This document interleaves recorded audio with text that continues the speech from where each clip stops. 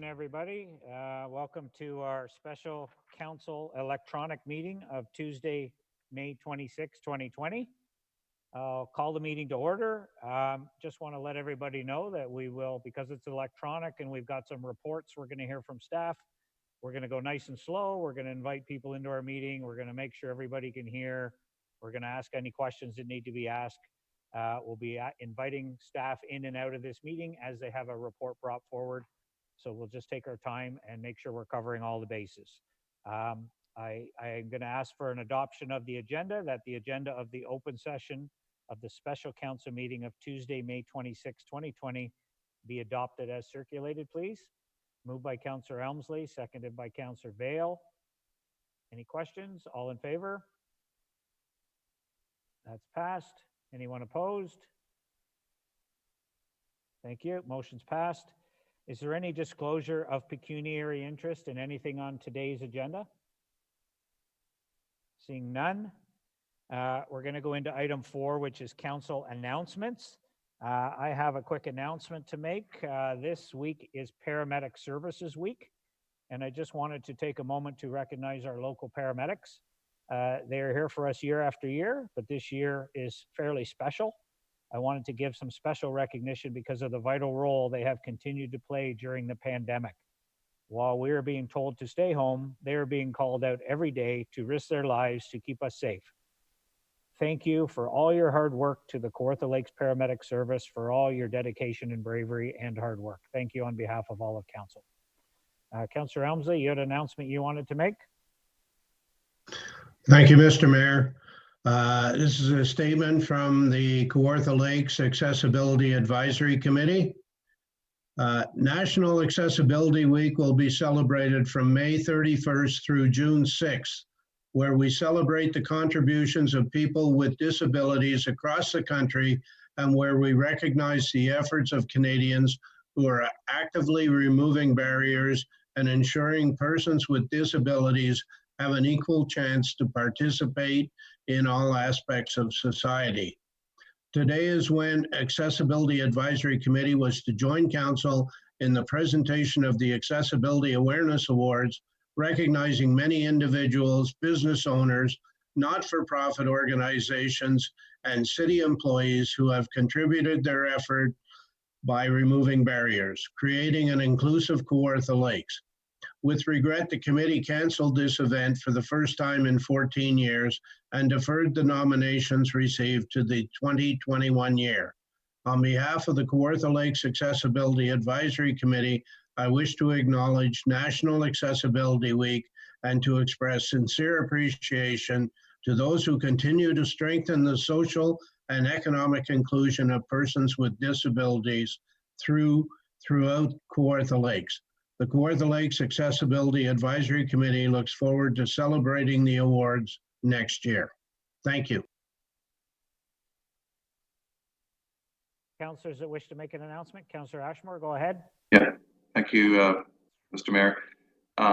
Just wanted to let people of Ward 6 know that I'll be sending out a newsletter, which is in the process of being sent out, and on the 17th of June, at 7 p.m. I'll be hosting a Zoom meeting, and I'll be sending out the link for that on the 17th of June. So, thank you. Thank you, Councillor O'Reilly. Go ahead, sir. Yes, thank you, Mr. Mayor. I just wanted to mention that the international plowing match for this year has been canceled, and we'll be hosting it next year at approximately the same week. The Lindsay exhibition is going to make an announcement sometime soon and whether what they're doing with the Lindsay Fair this fall, and maybe Kathleen may have known yesterday, but the Kinmount Fair was canceled officially yesterday, and I'm sure there'll be some announcements, some of the other fairs, as well as the local concerts in the park and things like the Academy Theatre and the July 1st celebrations. I believe a number of them may be on hold as well. Thank you. Thank you, Councillor. Councillor Richardson, you had an announcement? Thank you, and through you. We've had a pretty busy fire week down here in Pontypool, and I just want to send out a big thank you to our district chiefs, all our volunteer firemen, our paramedics, all our local residents that jumped in. This whole event could have gone sideways, and I just want to express our appreciation from myself and the entire community. So thank you. Thank you. Is there any other councillors that wish to make an announcement on anything today? Okay, seeing none, we'll move into item 5, which is our presentations. Our first presentation is a pandemic response and recovery update from the Chief Administration Officer, Ron Taylor. You'll see on your screen, the presentation will come up, so we'll go through the entire presentation, and then we'll see if there's any questions from council once the presentation is over. So sit tight and enjoy. Mr. Taylor, you're up. Thank you, Mr. Mayor, and through you. It's been already a month since the last update when we got together, which was April 28th. I can't believe it's been another month. Thought I would use this opportunity again just to provide you with an update on what's been happening over the last month. And then if there's any questions that you have with respect to service delivery, anything related to city response and recovery, happy to answer those questions.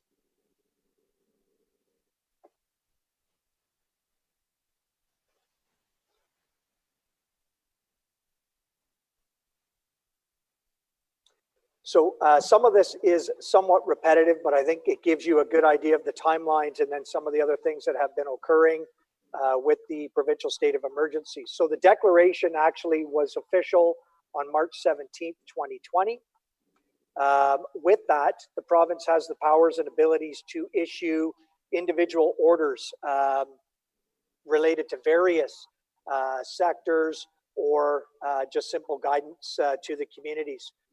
So the state of emergency, it remains in effect, these orders, until at least June 2nd, and the orders are extended or revised on a continuous basis, and the latest extension of all emergency orders that were in effect throughout May were extended to May 29th, so the end of this week.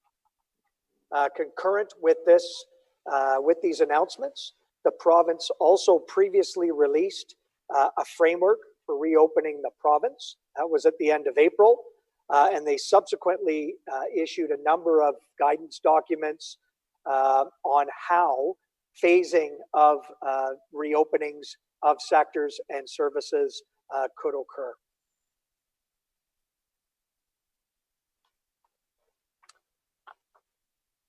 So there was many announced stage 1 openings for some services, and that was in the middle of this month.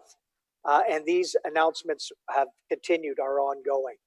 But there were major milestone announcements in May. I've listed some of them, predominantly the ones that are aligned with some city service or city support service.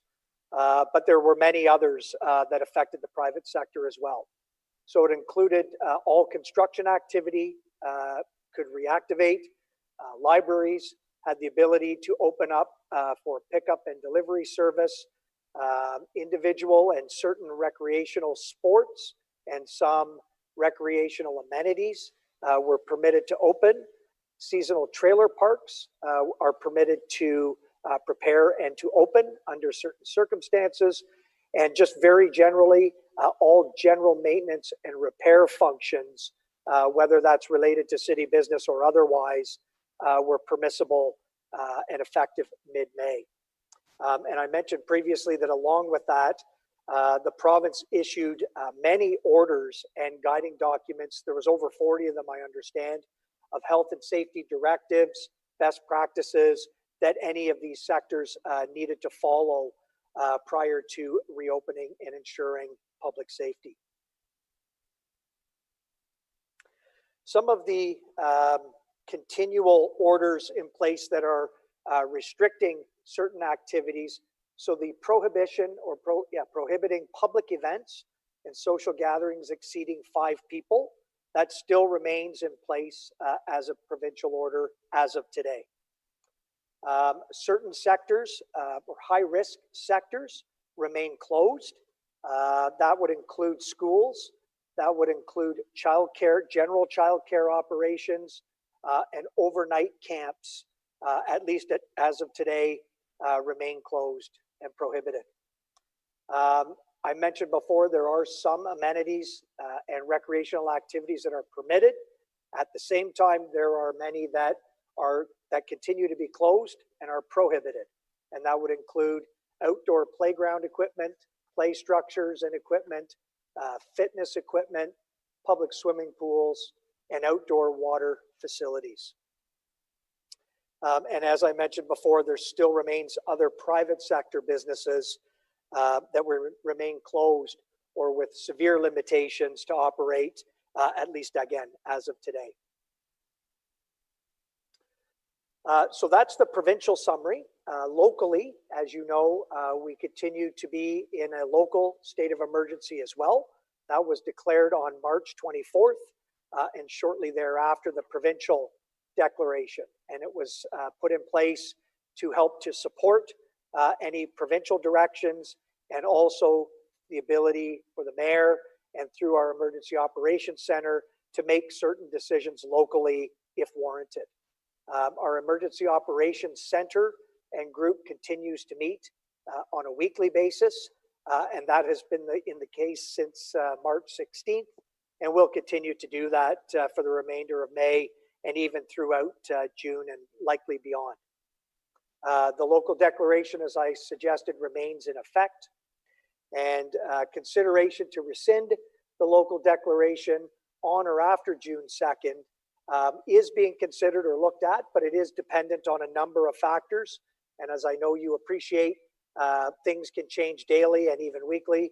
So we want to make sure that the proper sort of structures are in place so that we can continue to be responsive.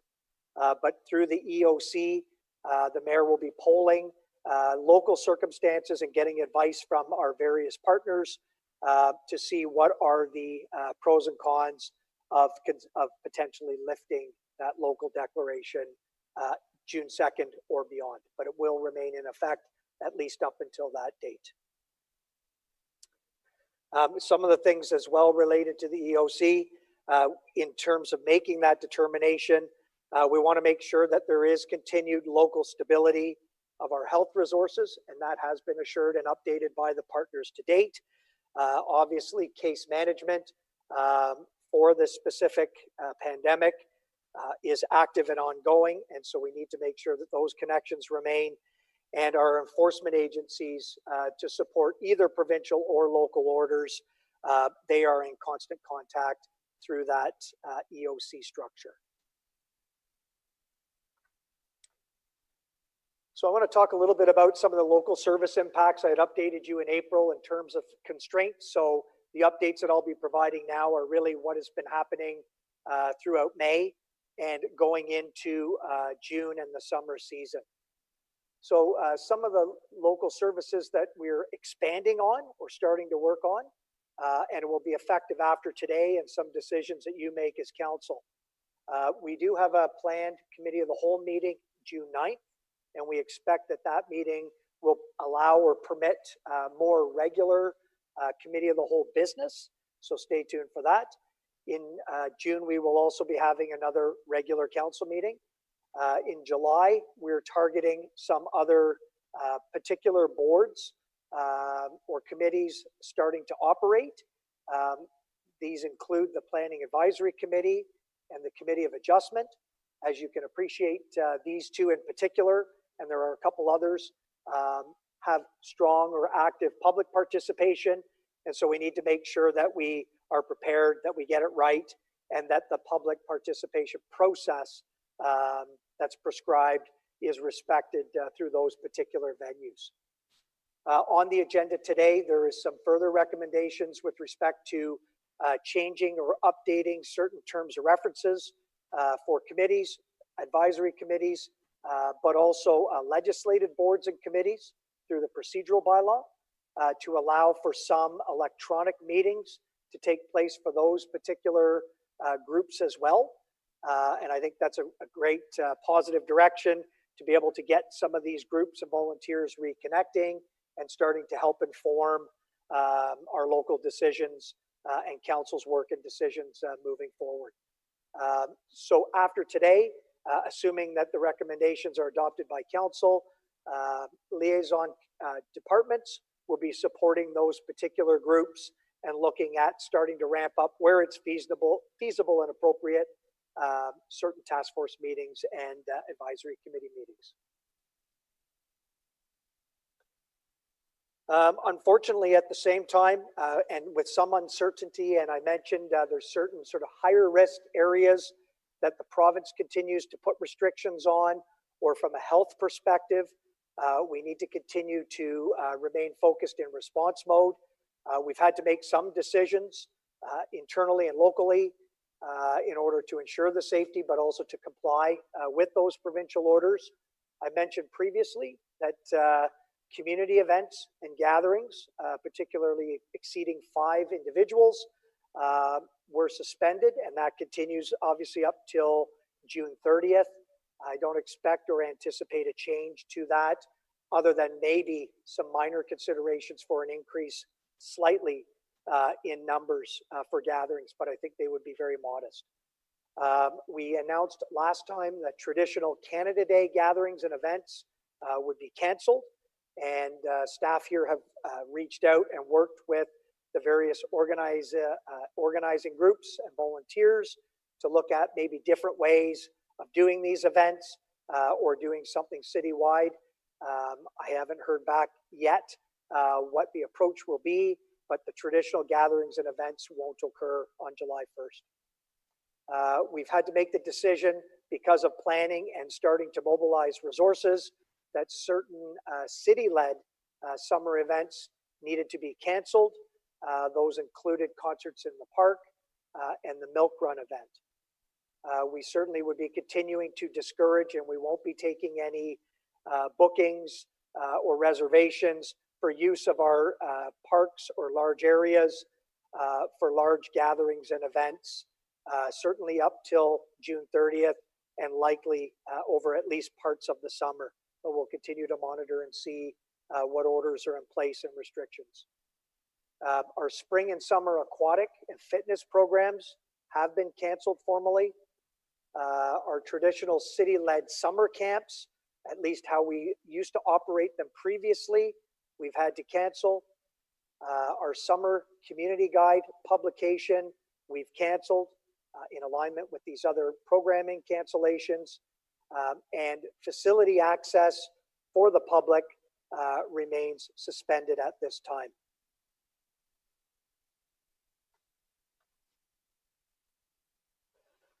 So touching on May, a summary of the services that we've been delivering. We continue to be mainly focused on critical and emergency essential service functions, and that needs to continue. And we've got a good majority of our workforce solely focused on those particular functions. Continued focus on emergency response as well, and critical service delivery wherever needed. And we want to stay in conformity with any emergency orders that are in place. And at the same time, we're trying to make sure that we're balancing our staffing, our supplies, and our health and safety parameters or limitations in delivering all of these resources. Staff layoffs and voluntary leaves remain in effect to May 31st. We have been recruiting or filling positions solely in critical service functions. As we start to now expand on our service delivery, beginning June 1st, we will be looking at bringing back certain staff that were critical to managing those particular functions or services. Seasonal and non-essential recruitment and hiring has been suspended and remains in place to May 31st. Limited public access to landfills did resume a week or two ago. We continue to maintain increased curbside pickup services, whether that's for conventional garbage, refuse, recycling, but also our leaf and yard waste. Council will recall we added an additional pickup period in May, and we'll continue to have that service in the first 2 weeks of June. In mid-May, ATV access to trails was opened up, and public boat launches also opened up recently. Farmers markets were under review, and again, we've been working with all of the volunteer organizations and groups, and beginning on or after May 30th, subject to certain approvals, health unit approvals in particular, farmers markets are able to operate. And I understand the Lindsay Farmers Market will be taking advantage of this date and opening on May 30th. We want to continue to stay slow and steady in our approach so that we are balancing the resources available to us, making sure that we're financially stable, but then also recognizing and looking at public safety and staff safety as we're delivering all of these services. And I'm sure you can appreciate that as we're making these decisions in alignment with the province and through advice of those orders or from the ministries, we're also looking at advice, whether it's through the health unit to help guide these openings, but also some other provincial ministries, in particular the Ministry of Labor, where they are doing regular inspections on service delivery and opening up. And we're also working very proactively with our bargaining units to make sure that we're doing things and opening services up properly. So that's the month of May. In June, again, in alignment with the stage 1 openings that the province announced, we are going to continue on with some very slow and steady opening or expansion of service delivery. We're looking at library pickup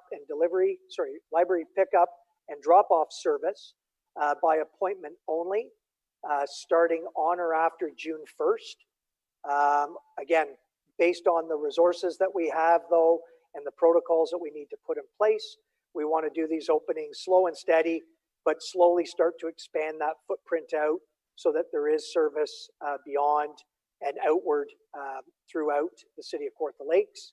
We're looking at Lindsay opening up beginning next week and focusing on the Fenland branch as well to potentially open sometime next week. And then we would look at a couple of other outliers that we could as well open up, and then we'll monitor the activity over the next couple of weeks. And it's anticipated that'll happen throughout all of June.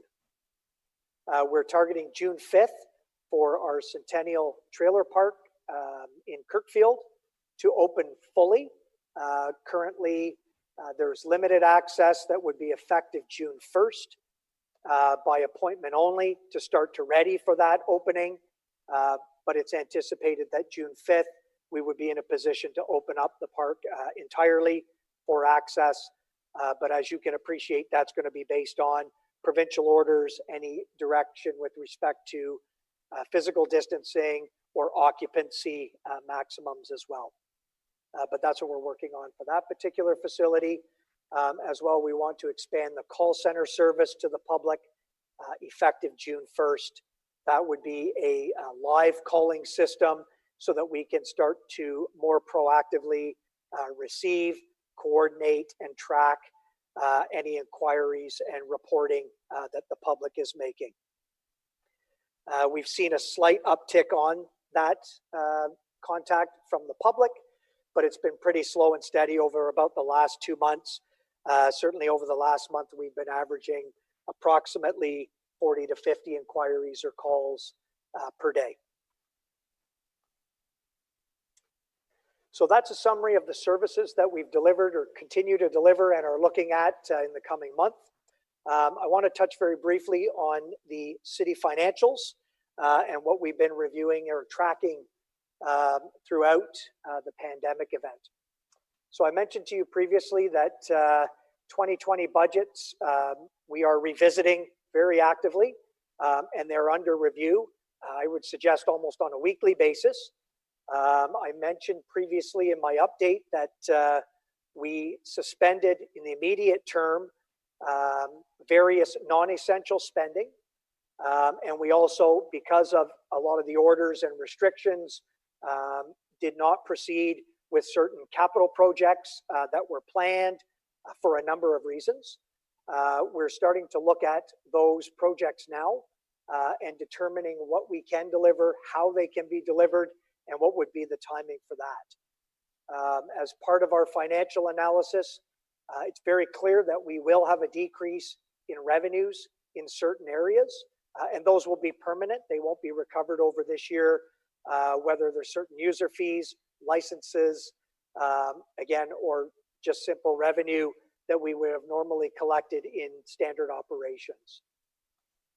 Physical distancing, whether it's personal protective equipment requirements, limited public access, all of these combined have significantly changed how we're delivering service.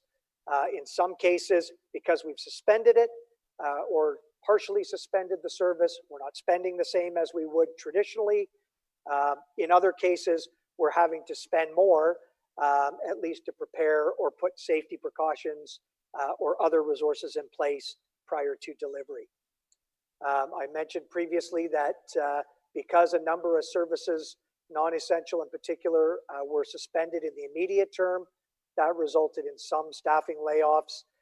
We also have continued to redeploy staff throughout the city where we can and where it makes sense, certainly to help support the frontline response, but also to ramp up other functions that are coming online weekly. We reduced operating and capital spending, and that continues throughout the month of May. I'm still recommending that we continue on a very sort of strict or focused cost containment and service limitation in the immediate term. We will be planning, or we're targeting June 9th, that committee of the whole meeting to come back to council with a lot more detail with respect to the 2020 budget and how we're tracking and trending in various service areas so that you have an opportunity to make some decisions and or reprioritize our overall 2020 work plan and what that may look like financially. I just want to be, one thing I do want to touch on as we're talking about financials though, is that what you can appreciate while we're doing this, I mean, in a perfect world, we would love to bring all of our services as best possible back online and back to normal, if you will. But as you appreciate, really this is a balancing act, and it's not just a matter of balancing health and safety and those restrictions that are put in place either for the public or for staff, but we are constantly sort of balancing our internal or our corporate financial sustainability and making sure that we're not spending where we shouldn't be in the immediate term. Also, combined with that, we're looking at the longer term, and I'll call it the community recovery and affordability, and what things look like when we start to make decisions on delivering service, not just in the immediate term, but for the remainder of the year and into 2021 and even beyond.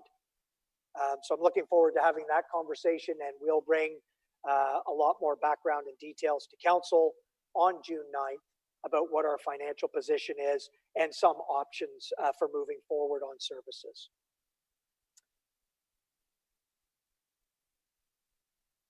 So just to give you a picture in the immediate term, in terms of pandemic expenses and also just immediate response, we do anticipate, or we're forecasting, approximately $3.2 million in lost revenue, and that will be lost and not recoverable, just based on a suspension of services and where we are forecasting some of those services will come back online. So we will miss some seasons for certain functions, but all in at this point, we're forecasting about a 3.2 million revenue loss. Our strategy now, and I would suggest throughout 2020, will remain that we want to, wherever possible, reduce operating expenses this year by that same amount to offset the impact of these lost revenues. And we've been successful, in my opinion, to date in doing that, and we'll continue to do that unless directed otherwise. We did do some review of last year's budgets, and pleased to advise that in 2019, we realized a surplus of approximately $3 million. I apologize, the presentation that's up has question marks, but it was $3 million. We also are tracking well in 2020 on the winter control budget to date so far. So these two items are wild cards, if you will, but they really are helpful when we start to look at recovery options down the line with you, with council. We will provide, as I mentioned, a more detailed 2020 financial plan and update at the June 9th Committee of the Whole meeting. And so, council, for your benefit, this is just a very quick visual or summary of our 2020 cash flow. It really just shows sort of mainly with a focus on property tax payments, the blue line representing 2020, the orange line representing 2019. And because of some of the changes or deferrals in tax payments, it's really tracking and forecasting where we expect to collect that revenue over 2020. And it also accounts to some extent an additional delinquency rate. Again, we see that that should recover or come back by year end, but it allows us just to start to look at or make decisions in a more near term perspective to make sure that we have appropriate cash flow to run the business. So just to give you a quick summary on the cash flow, in 2019, the tax due dates were February and April for the interim, June and September for final. We moved those due dates in 2020 by 60 days. So the final interim payment date would be the end of June. And then we would expect the same shift or 60-day shift, if you will, to occur in the fall for final tax payments, with the last payment or final being due in November. We also waived penalty and interest on utility bills where they were deferred for the months of April, May, and June.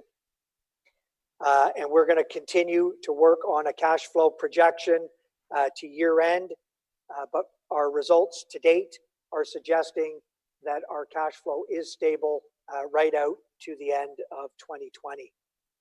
And again, we'll update you in the coming weeks with a lot more details.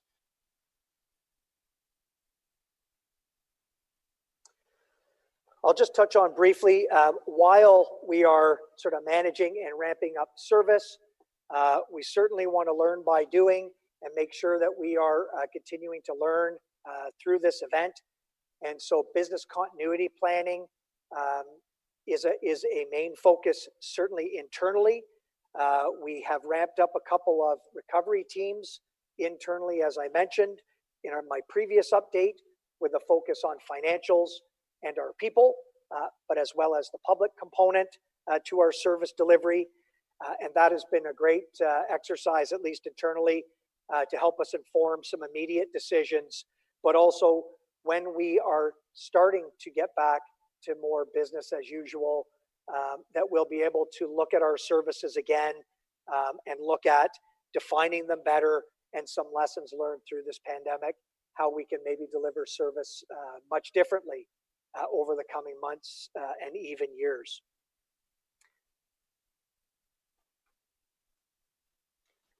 One of the hot topics, if you will, with all municipalities throughout the province, and I would suggest nationally, is immediate municipal recovery. And to date, as of today, I have not heard specific federal or provincial supports to municipal recovery at this time, but I am quite aware that there's a number of conversations or advocacy that is going on, again, throughout the country and the province. FCM, Federation of Canadian Municipalities, has taken a proactive approach and provided or published a paper at the end of April with some recommendations on how to support municipal recovery. AMO has similarly established a few position papers and is proactively advocating at the provincial and federal levels of government for support. They've also done that. A recent initiative was done in conjunction or partnership with CUPE as well. The Eastern Ontario Wardens Caucus, chaired by our Mayor, Latham, no exception, really refocusing priorities in Eastern Ontario and how we are looking at municipal recovery efforts and sharing best practices over the coming months. The main theme that I can tell you locally we've been advocating for, and it really does align with a lot of the other positions I just, or organizations I just suggested, is that if anything, we need to know reliable and predictable in year 2020 and beyond 2021 government funding, particularly those services where we share in the costs of running certain services. So things like our paramedic service, as a service provider, our social services, our housing services, our public health unit, our transit, and our paramedics. So we need to make sure that these are top of mind. And I won't speak for the mayor directly, but I will suggest that we are proactively providing this same local advocacy through whatever channels are available to us. You will probably recall late last year and early this year, there was a number of modernization reviews, whether they were funding or they were provincial reviews or local, that were being commenced. They were predominantly delayed because of the pandemic, but there are a couple that we did receive some funding. So we are continuing on locally to get involved in those reviews to look at certain services. But we are also advocating to the province in particular that we should be looking at their modernization reviews differently and really looking at certain services or lessons learned through this pandemic. The one that really stands out for me that would be top of mind would be long-term care and how that functions. And I think Kawartha Lakes, as well as our friends in Eastern Ontario and beyond, will all be taking a proactive role in looking at that whole portfolio and how it operates. Also readying, we've heard of some conversations, and certainly at the federal level, FCM for one, is advocating for additional stimulus infrastructure funds, mainly focused on capital, but any type of sort of construction work that can help incent or bring recovery back to local economies. And that's not just unique to our big cities, but also to rural economies as well. So we are readying our shovel-ready items and projects in the event that this does occur, and we'll be looking at what resources would be needed to help support those recovery efforts. And so, Mr. Mayor, I'm just going to conclude that our next steps, we're going to continue to track and comply with provincial orders. And again, they tend to be issued on a weekly basis. And so, as you can appreciate with those announcements, in some cases, it can be a couple of weeks where we need to mobilize or really look internally. And again, balance not just what resources we have to deliver the services, but also making sure that public and staff safety continues to be paramount. We are planning for services up to the end of August of this year. So as we're looking week to week, we need to start making decisions beyond, because some of the service reactivation, it may take weeks, even a month or two to mobilize some of those things and for others externally to make decisions. And I'll just conclude that we will again at the June 9th Committee of the Whole meeting bring forward additional financial strategies and recommendations for you as council to consider. So thank you, Mr. Mayor. And with that, I'll conclude. And if there's any questions, I would be happy to answer them.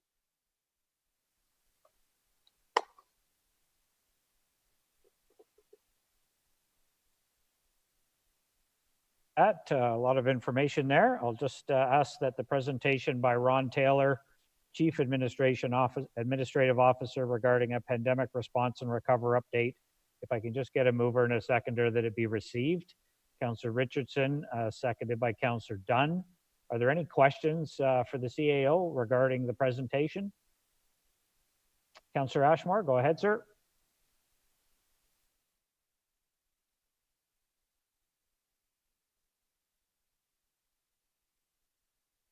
You're going to need to take your mute button off, Councillor Ashmore, before we can hear you, sir. Sorry about that. Through you, Mr. Mayor, to the CAO. You mentioned about the playgrounds, and I see a lot of them taped off and people can't access them. Given that it's late spring and early summer and the heat's here, can we not let people at least enjoy the parks right now? Can we give them more access right now, if possible? And I have one more question after that. Sure. I'll let the CAO answer that. Go ahead. Through you, Mr. Mayor, and I appreciate the question. While we're trying to acknowledge that there is a need and a desire for the public to access public spaces and to get out for mental health or just simply to enjoy the fresh air, we still are staying in compliance with any provincial orders that are out there and in place. So in particular, and the orders are quite clear, at least as of today, that certain public amenities, so I'll use an example of tennis courts or where there's individual recreational type activities, those are permissible under the current provincial orders. But other ones, and in particular items like playground equipment, they remain prohibited and closed. And so we would not be in a position to go outside of any of that provincial guidance or orders that are in place. But as those things are released, I think we've been very responsive to date. And whether it's the day after the announcement or very shortly thereafter, we're mobilizing resources and opening everything and anything to provide some public relief when we can. Thank you. You had a second question, Councillor Ashmore? Yeah, yes, please. Second question, the CEO. The landfill, specifically the Lindsay Ops landfill. It's been a couple of weeks since it's been open, which is after 2 weeks, there's still a mile lit along there. Is there any possibility that we could maybe open them an hour longer per day or an hour earlier per day to alleviate the lineups? Because it's getting to the point where, and people are happy that they're open, but you know, they're spilling onto the highway, and it's just I just don't see any progress as far as shrinking those lines. I know they have to maybe deal with different protocols and all that, but is there any plans to try to alleviate those lineups? CAO, Ron? Through you, Mr. Mayor, and I apologize if I miss, you cut out early on, Councillor Ashmore, but I do believe I caught the tail end of your question, which was with respect to the opening of landfills and continuing to expand on that service. As you can appreciate, and you rightfully advised, very early on and over the last 2 weeks, we have seen long lineups while the service has been returned. I think in our plan, we're looking at expanding other landfill facilities to come online over the coming weeks. But I hope that you can appreciate that at least as of today and leading up to today, the parameters, although the service was permissible, we certainly needed to make sure that there was proper protocols in place, particularly for the public, but also for staff. And so we're also balancing sort of bringing back certain resources and spending certain budgets on bringing these services forward. So as much as I'll be the first to acknowledge that to date, our landfills aren't operating at full service that we've enjoyed previously. But I would also suggest that that's deliberate because we're trying to manage our budgets. We're trying to manage sort of our limited sort of people in the immediate term. And then also the health and safety requirements and orders that are there. But again, having said that, I think we're going to monitor it very closely. We'll be looking at some traffic control over the coming weeks. And I think it was mentioned previously that we'll be opening up some other landfill facilities to try to spread out the activities and get back up to normal. Thank you. Thank you. Are there any further questions? Councillor Seymour Fagan, go ahead. Yes, just a quick question in regards to the parks. Is Beach Park, is the beach open? I've had a few people asking with this hot weather, they want to go in the water. CAO? Through you, Mr. Mayor. It's actually a great question. I'm not 100% clear. Our passive spaces remain open. Our boat launches, so our waterfront sort of public land remains open. So I can't see why the beach technically isn't open. Having said that, I hope if it's not already, it will be signed just simply to, again, discourage any major gatherings. But as I am to understand, all of our passive recreational areas and spaces are open to the public currently. Yeah, I'll just add to that, Councillor, that is my understanding that they can attend the beach, but there's no amenities. Washrooms, you know, are obviously still closed, the playgrounds and such as was mentioned before. But as long as they keep their distance and do it responsibly, there's no reason why somebody can't enjoy a bit of sand and some really, really cold water. So depending on how bad they want to go in that lake, I think they're entitled to do that at this point, as long as they're careful about it. Are there any other questions regarding the presentation by the CAO? Seeing none, we have a motion to receive. Can I ask the question? All in favor? Thank you. Anyone opposed? Motion passes. Thank you. We'll go down to item 6, which is reports. So we're going to go through each report individually, get a quick 2-minute overview this time from the CAO regarding the outstanding council resolutions in Q1 and Q2 of 2020. This is just a report to be received, but it's just an update on some of the resolutions that were outstanding and where they are. So I'll turn it back over to our CAO to give us a quick overview, and then we'll see if there's any questions. Thank you, Mr. Mayor, and through you, and I heard you loud and clear, I'll be less than 2. Just wanted to provide this report. It's in the agenda, and I'm just re-describing this for the benefit of the public that's listening in. We have, as a standard practice, outstanding council resolutions or resolutions that are timed, and that's a standard practice that council employs. At the same time, there were other items that either corporately or through departments we were planning on bringing forward to past meetings, whether that's committee of the whole or straight to council.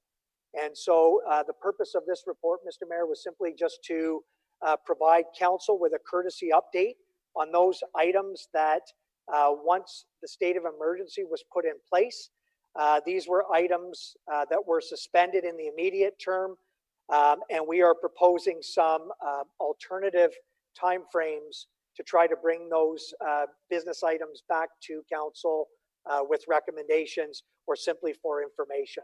So there's 2. One are ones that are formal resolutions. The other are just general business that we had scheduled over the first 2 quarters of 2020. I'll leave it at that, Mr. Mayor, but I'll answer any questions that you might have on any of the items in the report. Thank you, sir. Appreciate that. I'll ask for a motion that the report CAO 2020-004, outstanding council resolutions Q1 and Q2 2020 be received, and then we'll see if there's any questions. Councillor Yeo, thank you. Seconded by Councillor Elmsley. Are there any questions for the CAO on the update? Councillor O'Reilly, go ahead.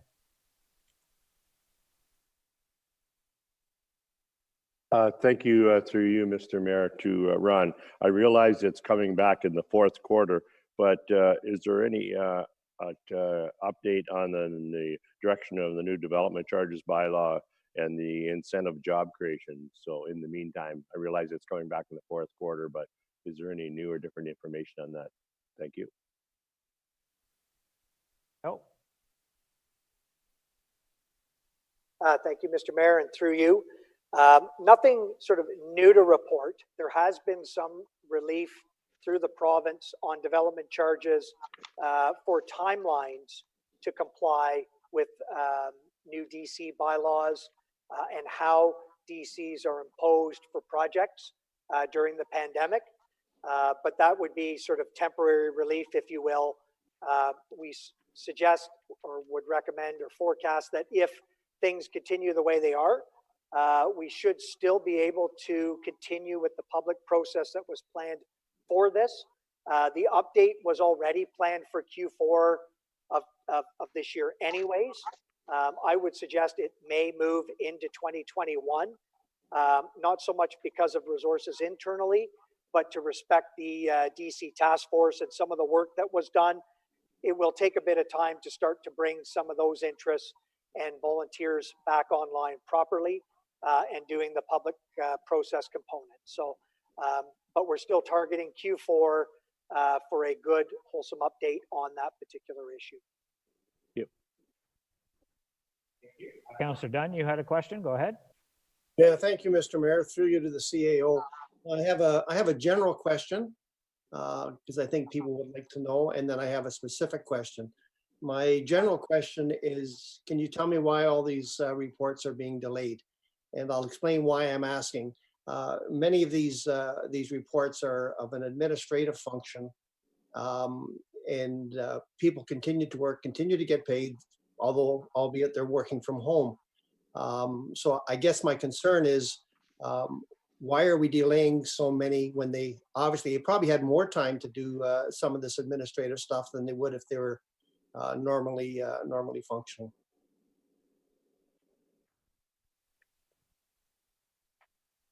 So through you, Mr. Mayor. So I would agree. I mean, some of these projects we are continuing to work on offline. Many of them have a public component to them. And so we're recommending that they be delayed so that that public participation can continue. In some cases, they are also in response to or in alignment with other functions. So some may be provincial legislation changes. I'm just reading down through the list. Or it's just simply to provide a courtesy to council that we have the proper resources through those updates to provide to you. So we actually haven't had meetings, the ones that are listed in here as well. We just haven't had committee of the whole meetings anyways. And in the current state of emergency, council meetings are very limited in terms of how they function and the types of topics.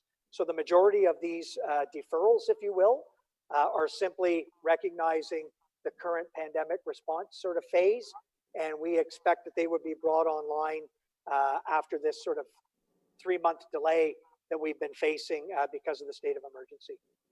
Okay, thank you very much. I guess the stuff that I'm specifically talking about, of course, are memos of direction from council, which maybe, and I don't know because you're dealing with outside agencies as well, could have been done. But my specific question is, if an item's not listed on this list, and it's has a diary date of June 2020, do we expect we're going to get a full report June 2020?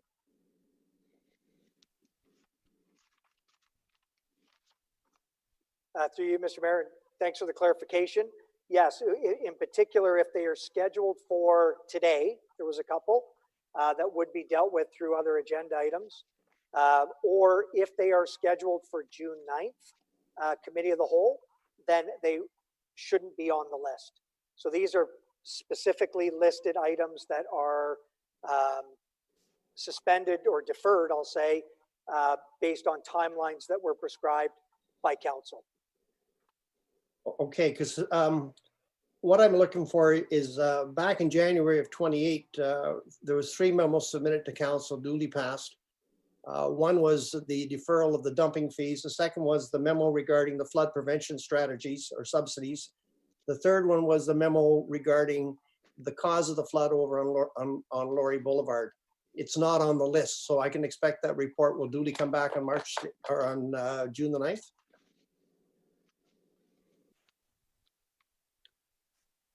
Through you, Mr. Mayor. I'm just, apologize, I'm just looking at the list. I recall those were 3 items on the list. There is an identification of when we would recommend bringing forward some updates and information on flooding. And I think at least 2 of the 3 that you just mentioned, we were considering sort of as one item or at least one consolidated update. But I do believe that that is not currently planned for the June Committee of the Whole meeting. It should form part of the listing that's in the appendix of the report. So you will add that to it then so it doesn't slip through the cracks?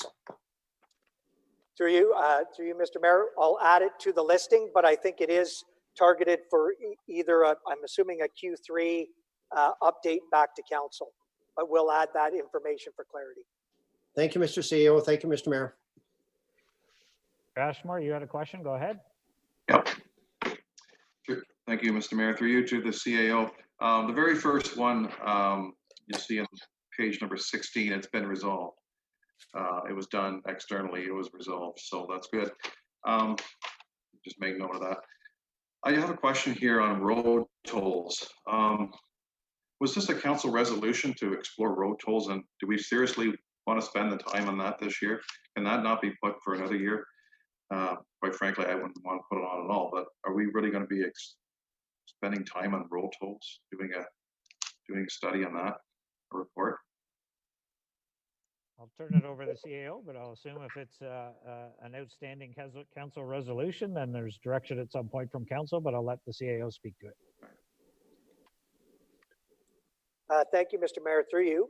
I actually don't recall it being an outstanding council resolution, but the issue is focused on charity road tolls and collections on public streets. So we're not necessarily reviewing or looking at overall road tolls or imposing those throughout the city.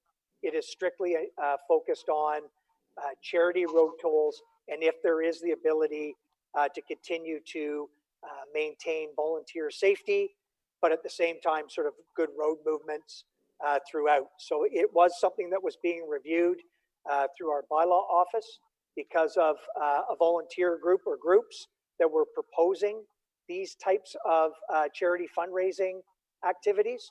And so we wanted to just have some guidance and bring to council some parameters and get some direction on what they may look like. So I think most of the work has been done already. It's probably still a good item to bring forward to council sometime this year, but I can assure you we're not spending any time on looking at general imposition of road tolls throughout the city, if that's what your concern was. Yeah, that was my concern. Okay, thanks for that. Thank you, Mr. Mayor. Any other questions from council on the outstanding council resolutions? Seeing none, we have a motion to receive. All in favor? Thank you. Anyone opposed? Motion passes. Thank you for that, Mr. Taylor. Item 6.2 is a report on electronic participation and amendments to the procedural bylaw post state of emergency. And I'll turn it over to our city clerk, Kathy Ritchie, to give us a 2-minute overview on the report, and then we'll see if there's any questions. Go ahead, clerk, Madam Clerk. Thank you. Through you, Mayor. So the background of this report is during a state of emergency, whether provincial or local, there was an amendment to the Municipal Act that provided for virtual or electronic meetings and full participation, which meant that all those participating were part of quorum, were able to vote, and also could participate in closed session. Post state of emergency, so once the state of emergency has been lifted by the province or the local municipality, the Municipal Act falls back into place with restrictions on electronic participation. Any electronic participation would require an amendment to the procedural bylaw. So this report is proposing that under the Municipal Act and the restrictions that there would be permitted council members to participate electronically. The restrictions would be that you would not be part of, a council member would not be part of the quorum and therefore would not be able to vote and would not be able to participate in closed session. And those provisions are spelled out in the Municipal Act. The other provision of this report is that committees would be able to have virtual meetings if their terms of reference was amended. And also that this report would also provide for not only council to have electronic participation, but local boards and agencies and certain committees, for example, the Planning Advisory Committee. So this would require an amendment to the procedural bylaw. The bylaw has been attached for your recommendation. And I believe that's my summary, if there's any questions. Thank you. I think there's part of that motion as well, if I'm correct, Madam Clerk, that talks about adjusting the terms of reference for advisory committees so that they can get started if they want in the meantime. They're not part of our procedural bylaw, so we would just need to, so we've got two separate things going on here, right? One is a procedural bylaw for council and our agencies, and the other one is for our advisory committees. So if they want to start getting back into some discussions, they can do so at this point electronically and maintain all the protocols that are necessary. Is that correct? Correct. Thank you. Are there any questions for the clerk on this report? Councillor Dunn, go ahead.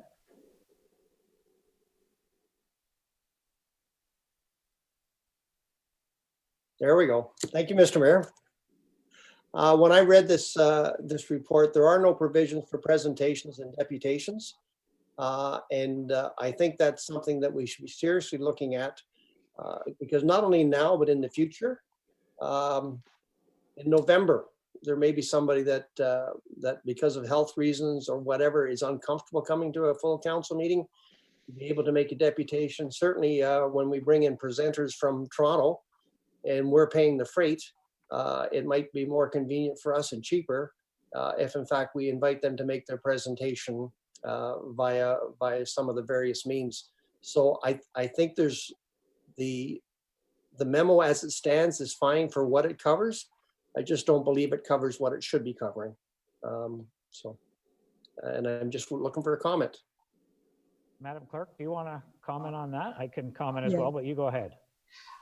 Yes, and I believe this was raised previously at a meeting, and so there was an inclusion in the report, number 3, that non-members would be permitted to participate electronically, which includes city staff, consultants, deputations, and invited presenters. So they would be able to participate electronically. And I read that and it went right over my head. Okay, that's fine.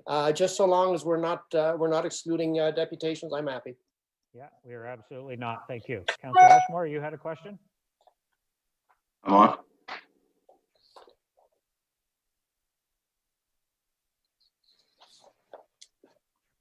Can I go ahead? Yeah, go ahead, Ron. Okay, sorry. Yeah, through you to the clerk. On page 20, it said, under public participation and access, in order to maintain physical distancing, public participation and access to meetings were provided by live streaming. Well, people can watch the live stream, but they can't participate, but hopefully this thing will help. But on page 22, I just want to know what you mean by processes will be provided to enable various means. What are various means? Could you sort of elaborate on that, please? Madam Clerk?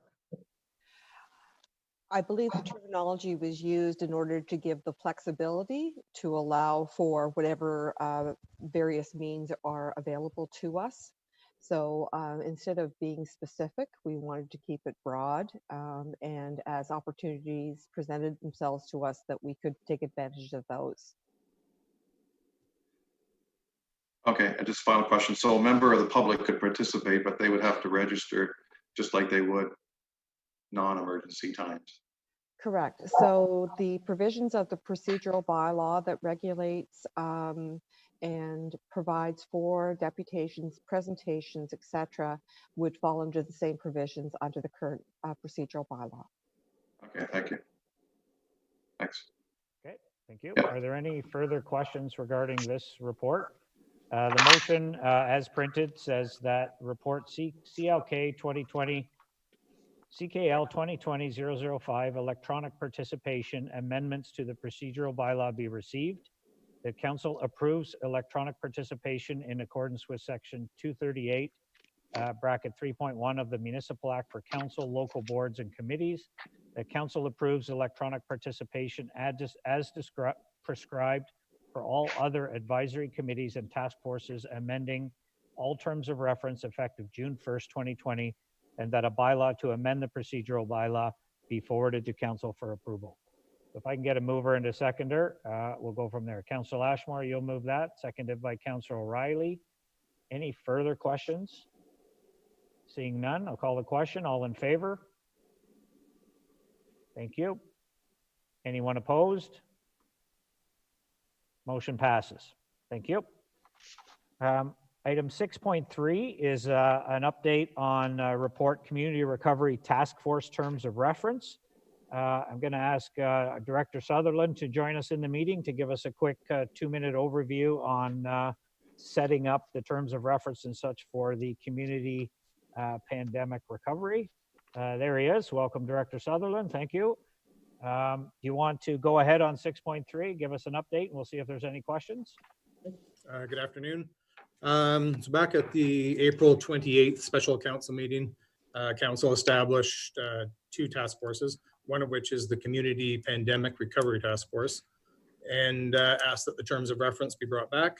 So the report and the attachment in the report on the terms of reference is bringing that back. The overall purpose, I'll just highlight a few things from the report in terms of reference. The primary purpose of the task force is to provide advice and recommendations to council and staff on resources and support that may be required to ensure community recovery from the pandemic, primarily related to the broader health and human services sector.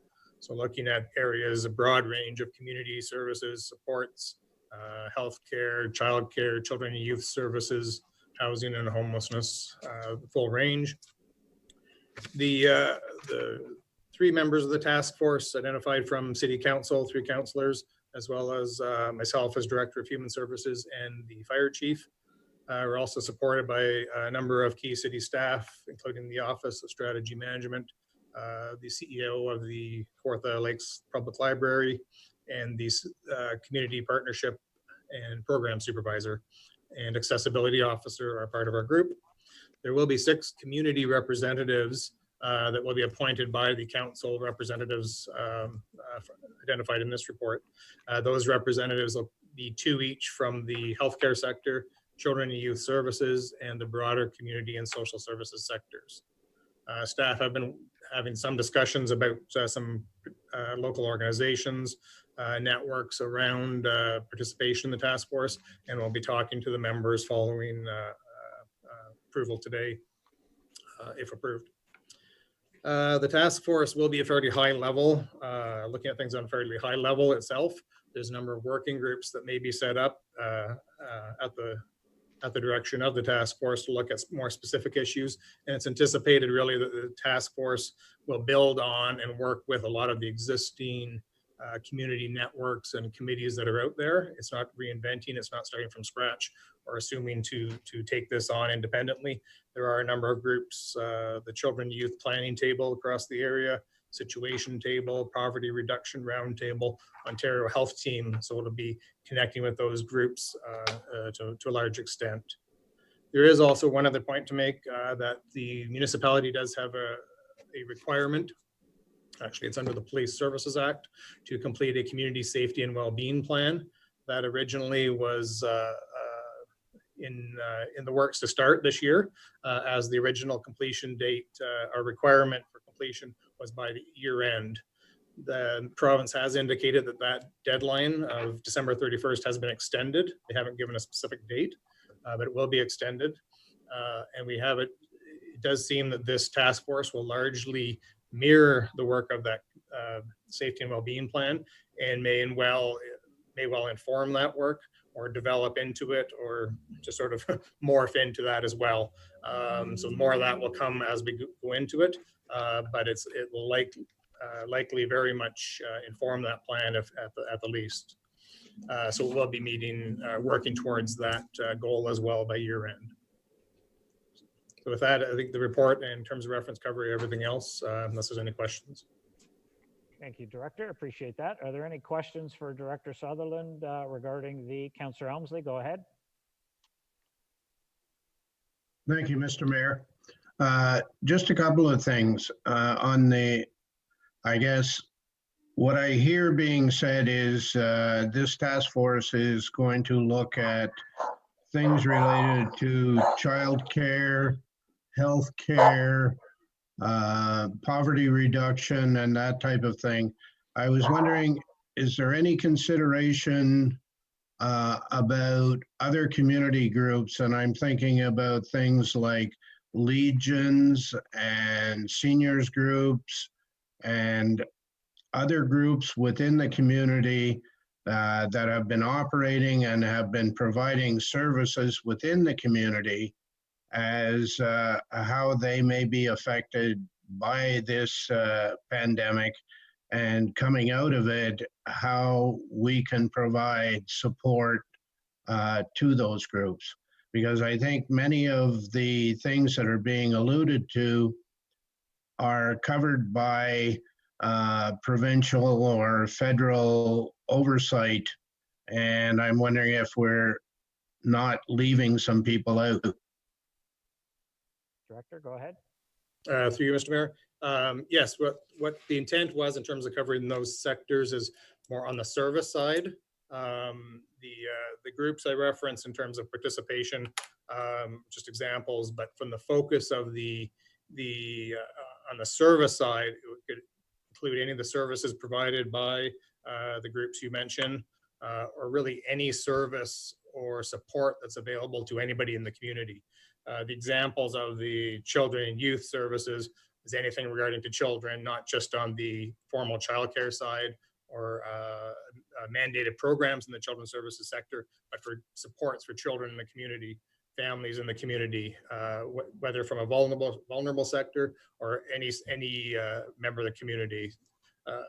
Our work is largely focused on the vulnerable, but as you mentioned with those groups, it's on the entire range of supports and services to the entire community. So I agree it would include the groups you referenced. Thank you for that. Which brings me to another question then.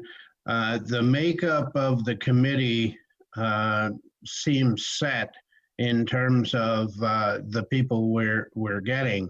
And I know that in the report it says that other groups will be accessed, but I'm wondering, for instance, with things like healthcare and childcare, we do have organizations that look after that. Childcare, for instance, within your own directorship is well looked after, and we could call on those people as resources to come to the committee when there are issues or questions. And I'm wondering if we're missing an opportunity here to include the wider community on the task force by taking key people within the community who have knowledge of our communities and our individual wards, who could bring some valuable experience to the task force.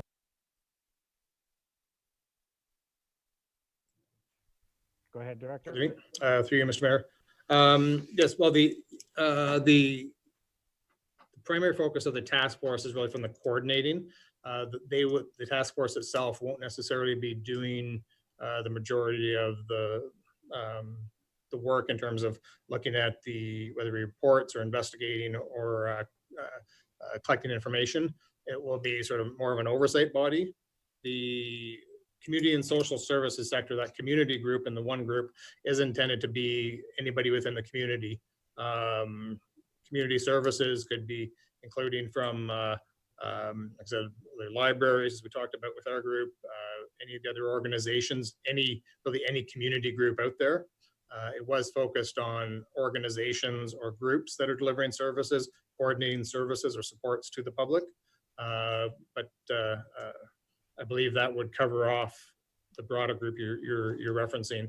The children and youth services as well, not restricted to childcare in terms of the programs as you referenced that the city coordinates or administers, but children's services, including recreational programs, camps, day programs, any of those groups as well in that broader sector. Same with youth. But in terms of the membership, that can certainly be a discussion, obviously for the committee members, the council members to have, or at council's direction. Thank you for that. Thank you. Councillor Richardson, you have a question, and then I have Councillor Dunn. So go ahead, Councillor Richardson. Thank you. Actually, Doug kind of covered off on my question. I was just looking for those gaps and how we're going to fill them. So Director Sutherland has answered that. Thank you. Thank you. Councillor Dunn, go ahead. Yeah, my question is easy. The terms of reference allow for 4 councillors. Why did the director choose to go with 3? I'll answer that one. The director didn't choose to go with 3. I did. I only had 3 councillors approach me and asked if they could be on this committee. I had 4 approach me and ask about the other committee, so there's 4 on it. So if you're willing to go on this committee, Councillor Dunn, we have an extra space and we can change the terms of reference right now. No, I'm more interested in sitting on the next committee, and I'll make that presentation next. Okay, so this one is only 3 because we only 3 showed an interest in being part of it, and there is room. We can only go up to 4 because we can't have a council quorum, obviously, on a committee, but at any time we can add another councillor to this committee as we move forward. Are you good with that, Councillor Dunn? Well, I'm fine. Okay. Any other questions on this report for the director? Okay, then the motion we have in front of us is that report HS 2020-003 Community Pandemic Recovery Task Force be received for information purposes, and that the Community Pandemic Recovery Task Force terms of reference appended as attachment A to report HS 2020-003 be approved, that Councillors Ashmore, Elmsley, and Richardson, Fire Chief Mark Pankhurst, and Director Rod Sutherland be appointed to the Community Pandemic Recovery Task Force, and that the appointed task force members be delegated the authority to appoint the community representatives to the task force from the sectors as identified in the terms of reference. So if I can get a mover and a seconder, you'll move that, Councillor Richardson. Thank you.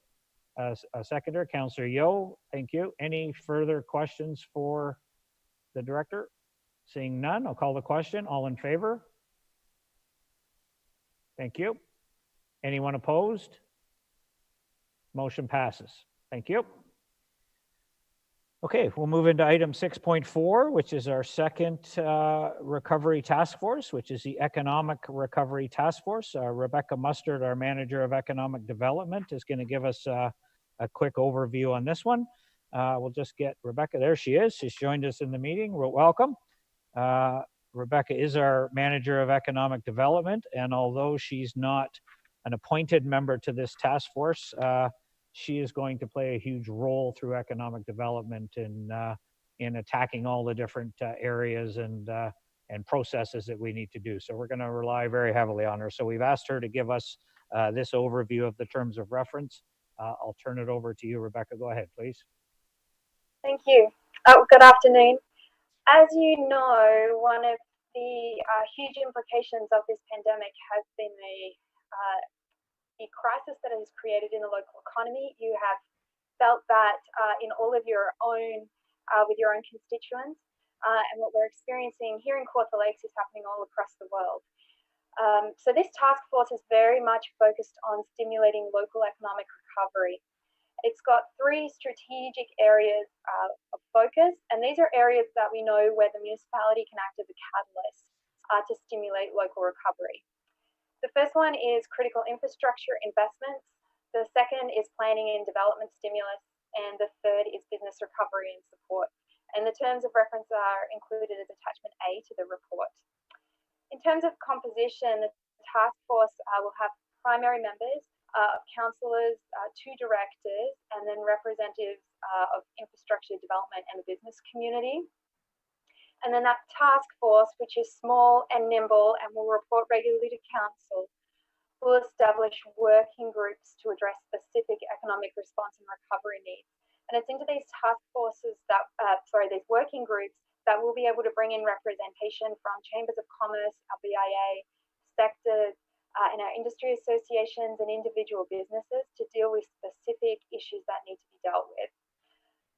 So We'll also have an opportunity for broader stakeholder engagement, and we'll likely be spending a lot of focus in that area using the Jump-In platform. We know that there are a lot of people that are very interested in participating in this task force and the work of this task force. So it has been structured in a way to allow for many people to contribute in a meaningful way, but to keep it organized and responsive. So including the council report are two sections around actions that have taken place to date.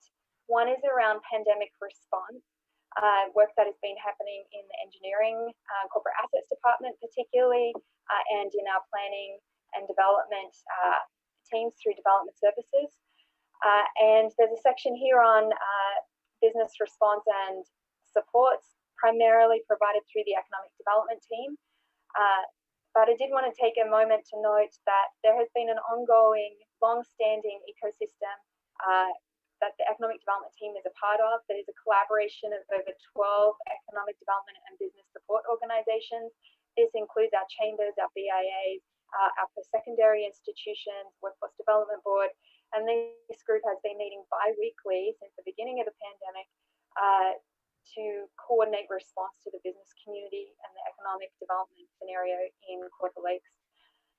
The second part of the report talks about economic recovery, and since the last council meeting, work that has happened by staff to prepare for the task force in three focus areas.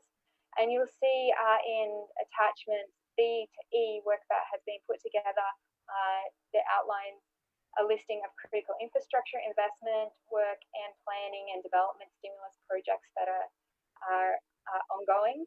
And our planning team particularly has been working very hard in changing their processes to allow for the planning process to continue and development to keep moving.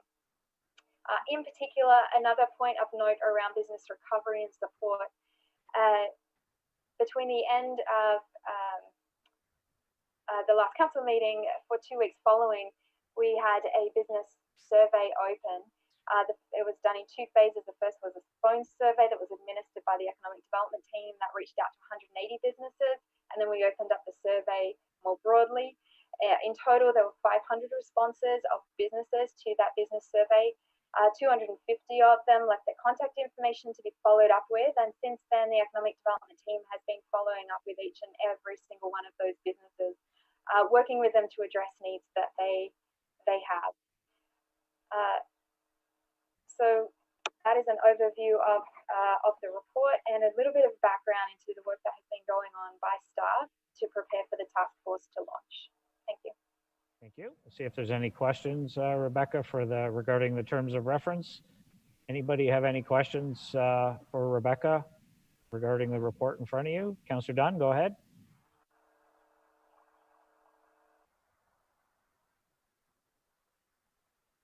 It's a question through me to you more than I guess it is to Rebecca. Once again, I probably misunderstood. I'll take it at the last meeting. I thought that the terms of reference are going to be presented, and at that time, we were going to be seeking volunteers. That was the understanding. Whether I'm right or wrong, that was the understanding I walked away with. I really think I've been the chief advocate for the Lindsay Downtown BIA merely because I've been on it for 9.5 years now. I've been their chief advocate on council, and I think it would be appropriate in that light. And I come from a fairly extensive business background. I think in that light, it would be a good position for the city for me to occupy. I recognize the terms of reference are set. I'm just putting that out there for as a comment. Thank you. Yeah, no, and you know what, Councillor, I had the similar conversation with Councillor Yeo. I mean, everybody has lots to offer regarding, feedback for this committee. So obviously we can only have 4 representatives because 5, when we're voting on a task force makes a quorum.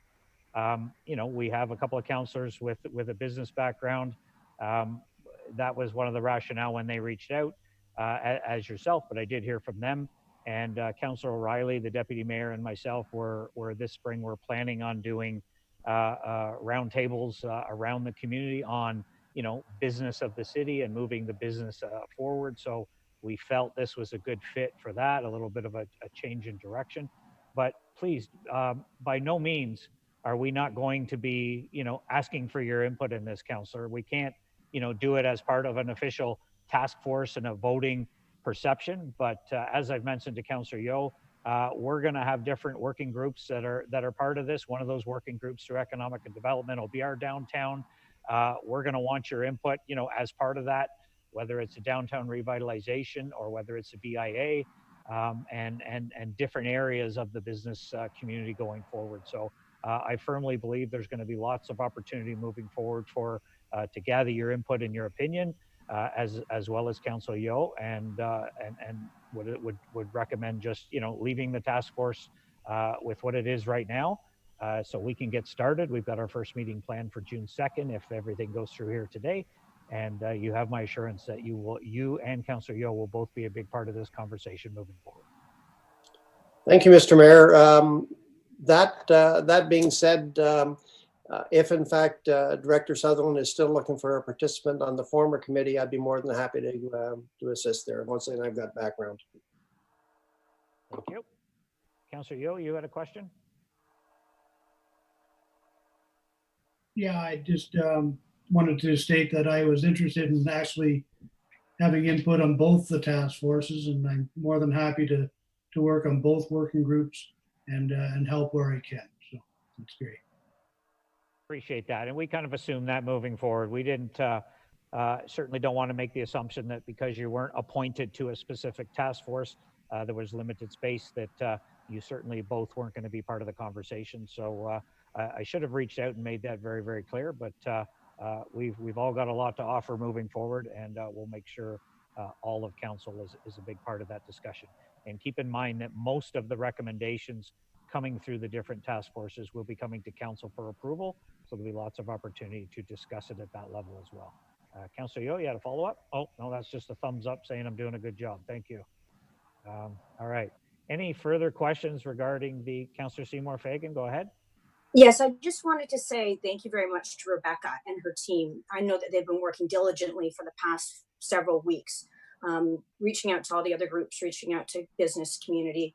And it's very much appreciated. And I know within the groups that I work with, they've been discussing it as well, how fast the city is moving on this. So I appreciate this. That's it. Thank you. Rebecca's listening, so she's shaking her head. So I know she understands, and you're right. They've been jumped all over this, working behind the scenes, so that when we get this put through, we can obviously hit the ground running. And we're going to be very reliant on our economic development department to help us move these forward and bring some ideas forward. So thanks for what you've done, Rebecca, and for certainly what we know you're going to do over the next several months. So thanks for being a part of this. So the motion that we need is that report ED 220-016 Economic Recovery Task Force Terms of Reference be received, that the Economic Recovery Terms of Reference as outlined in Appendix A to report ED 2020-016 be approved, and that Mayor Latham, Deputy Mayor, Councillor O'Reilly, Councillor Seymour Fagan, and Councillor Vale, and the Directors of Development Services and Engineering and Corporate Assets be appointed to the Economic Recovery Task Force, and that the appointed task force members be delegated the authority to appoint the community representatives to the task force from the sectors as identified in the terms of reference. So if I can get a mover and a seconder for that. Councillor Vale, you'll move that. Councillor Dunn, you'll second that. Thank you. Any further discussion? I'll call the question. All in favor? Thank you. Anyone opposed? Motion passes. Thank you. Item 6.5, CAO Taylor, go ahead. Sorry, Andy, or sorry, Mr. Mayor, through you, and I didn't want to interrupt, but it was mentioned that the one councillor wanted to volunteer for the Community Pandemic Recovery Task Force. The terms of reference don't allow the task force to appoint those council members. So I wonder if it would be appropriate to, as a follow-up, to make that appointment here so that you don't have to wait another month to do that in the future.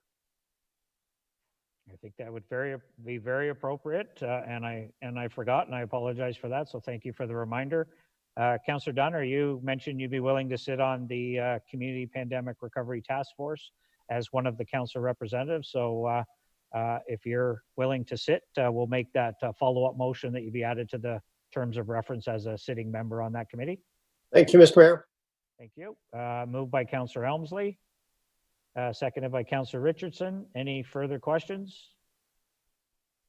Call the question. All in favor? Anyone opposed? Motion passes. Thank you. Thank you, Councillor Dunn, and thank you, Mr. Taylor, for the reminder. Okay, item 6.5 is our next report. Director Shanks is going to join us. There he is. Welcome, Director. This is the Power Links extension agreement with Shaman Power in Fenelon Falls. I'll turn it over to Director of Community Services, Craig Shanks, to give us a quick overview. Go ahead, Director. Thank you, Mr. Mayor. I'll be relatively brief. So the city owns a hydropower generating station located at the falls within Fenelon Falls. It was owned by the village of Fenelon Falls prior to amalgamation. We have an agreement with Shaman Power to operate that power plant on the city's behalf, and they share some of the revenue proceeds with the city that goes into a Power Links fund, which is managed by a committee of council on behalf of the city. Those funds are then expensed on various projects for the betterment of waterfront properties, public waterfront properties within Fenelon Falls. That current agreement is set to expire in 2022. And back in 2011, the Council of the Day requested that the Power Links Committee and staff work together to look at either an extension of the agreement or some other form of agreement that will allow us to move forward with the operation of that facility. It's been decided through the course of time and reviewed that the draft agreement attached as part of this report is the preferred option. It has some very strong components from a city perspective to it to provide more funds on an annual basis to go towards future betterments of public properties in Fenelon Falls. I think that covers it for the most part, and I'll leave it at that and see if there's any questions from council, or if Councillor Elmsley, as the councillor sitting on the Power Links Committee, wishes to add to it. Thank you, Director. It is pretty straightforward, but I'll ask Councillor Elmsley. I know he's been a big part of the discussions and bringing this forward. Great people in the community up there that work hard on this, bring some money into the community. So Councillor Elmsley, will you move the report as printed? That report CS 220-007 Power Links Extension Agreement with Shaman Power be received, and that Councillor authorize the Mayor and Clerk to sign and execute the agreement. Will you move that, sir? And then I'll ask you just if you want to give us a quick update on what you've been doing so far. Will you move that? I'm happy to move that. I don't have much to add to Director Shanks's summary. Let me get a seconder, Councillor, just before you go ahead. So thank you for moving it. Seconded by Councillor O'Reilly. Apologize, Councillor, go ahead. Really not much to add to what Director Shanks has said. It is an extension of the existing agreement. It was felt by the whole Power Links Committee that it was the best way to go, and I'm hoping that council will agree and move forward with it and support the recommendation. Thank you. Are there any questions for the Director or Councillor Elmsley regarding this report? Seeing none, I'll call the question. All in favor? Thank you. Anyone opposed? Motion passes. Thanks, Director Shanks, for your work on that, and Councillor Elmsley as well. We'll move into item 6.6, which is life cycle extension, local asphalt road section candidates.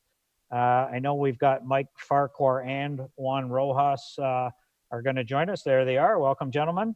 The motion here is that it be received. My understanding, this is an update for council based on the budget that was approved, and the tender has been released. So let's have lots of questions, but I'll ask, I don't know if the Director or Mike Farquhar is our supervisor, and Juan is our director of engineering. And which one of you is going to give us a quick update, and then we'll see if there's any questions. Juan, you're going to do that. Go ahead, sir. Thank you, Mr. Mayor. So during budget time, we approved some money for life cycle extension. These are where the potholes are excessive, and we sort of overlay the road. We always work in conjunction with our public works operations and evaluate the road after the spring breakup to determine which roads are candidates for life cycle extension.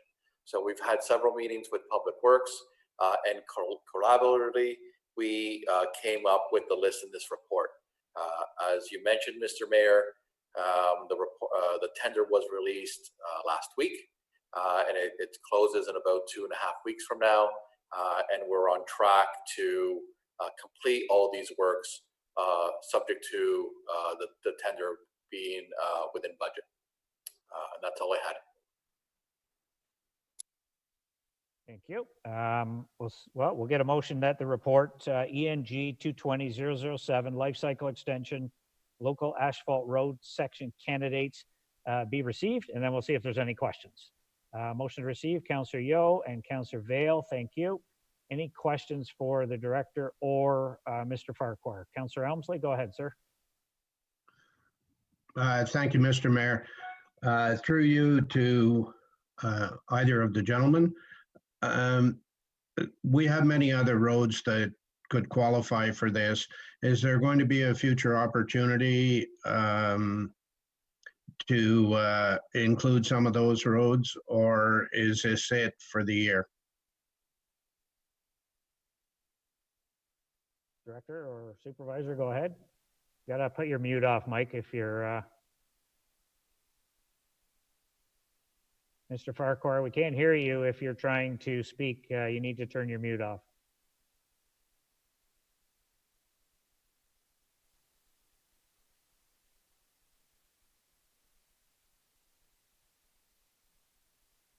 Juan, are you, Director, are you close to Mike Farquhar? Can you tell him his mute is still on? We can't, there we go. Go ahead, Mike.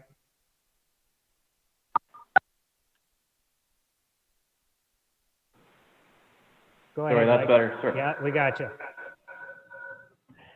So the current list was one that was reviewed for priorities with Public Works. It exhausts the budget line we had within the life cycle extension program. So currently, until we tender, we don't have any room for additions. Once we're done tendering, if there are any funds left to exhaust, we can look at additional road segments. Councillor, does that ask your question? Yes, it answers the question. I was hoping for a better answer, but given the limitations, that's the way it is. I'm sure you were looking for a better answer, and the supervisor was looking for more money to give you a better answer. So it probably works both ways. What I might suggest for all of council is we'll put this motion through. This tender needed to get out because we're already behind to get the work completed. That was the direction within the budget. But if we want to, we can do a follow-up motion, and I've spoken with the supervisor and the director. We can ask that other roads that maybe didn't make the cut because of budget was a cutoff. If there are other roads that are candidates for this program, that a report come back to Committee of the Whole in June with a cost for those roads. And then at that time, we'll have a better idea of our complete financial picture as a city.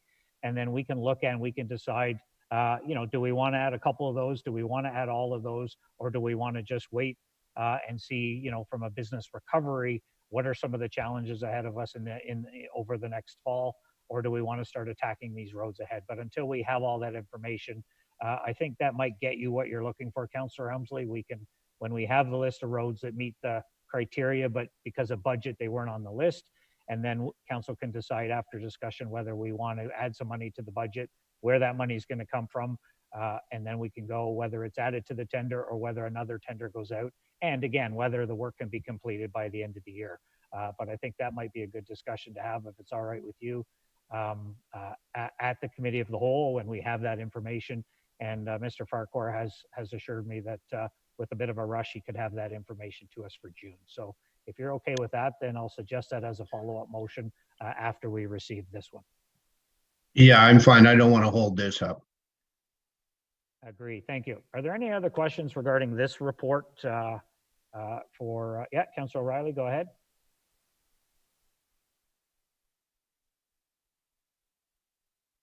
Through you to through you, Mr. Mayor, to Mike. Is there any indication? I realize the tender's just going out now. That we're going to have a number of firms that will be ready to tender for this, or their work? Or do you think their season's already booked?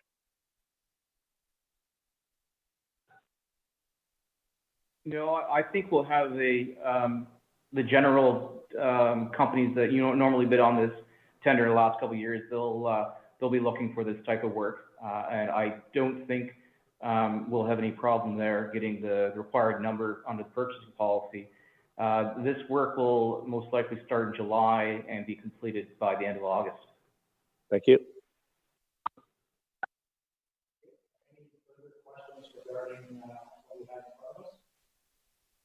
We have a motion to receive.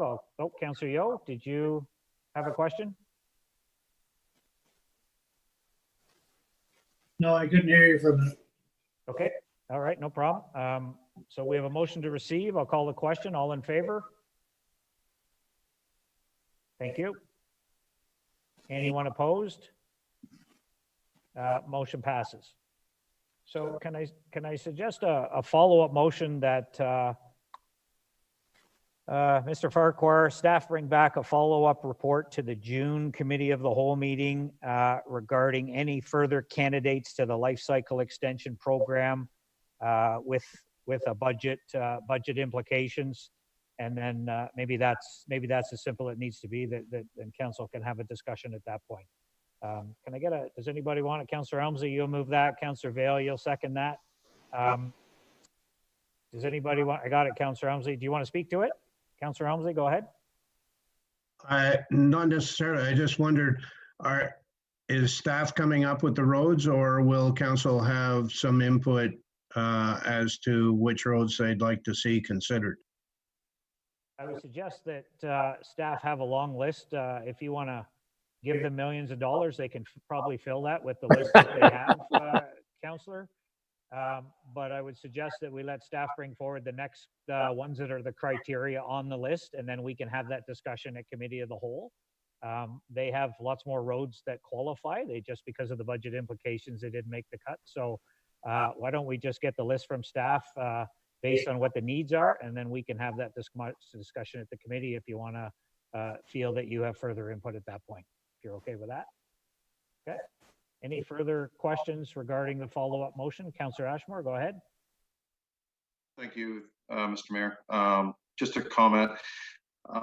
Back, I think it was in the fall, I received a petition for one road, and these people took the time to do the petition at Wispy Shores, and Mike was good enough to quote that, saying that it was 29,000. Had another one in Shalor Park, Clearview Drive, 21,000. Just warning, these roads, and I don't want to skip the queue, jump to the front of the queue, but those who did put a resolution forward, and those community members who did a petition, and it does qualify, would it be on the list potentially of those extra roads come the next meeting? I'll ask the director or the supervisor to comment, Councillor Ashmore, but I will say that, you know, the petition was that be referred to the 2020 Life Cycle Extension Program for consideration. And I know after speaking with the director that it was considered. It didn't make the cut because there are other roads had a bigger. So I would assume that this list that's going to come back to us with other roads that qualify but didn't make the cut because of the budget, that it will be on there for discussion. I can't tell you where it'll be on that list, but you know as well as I do that because the petition came forward, it was considered, but that doesn't put it to the front of the queue on some of the other roads that maybe needed it more. But I'll ask Mr. Farquhar if he wants to elaborate that on that any further, but go ahead, Mike.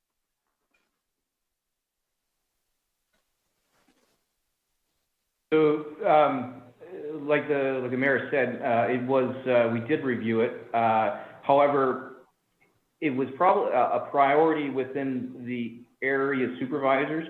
However, globally, among the rest of the requests with Public Works, it probably didn't make that higher priority requirement. So when we go back to look at other segments now, it potentially could meet the need or priority to do.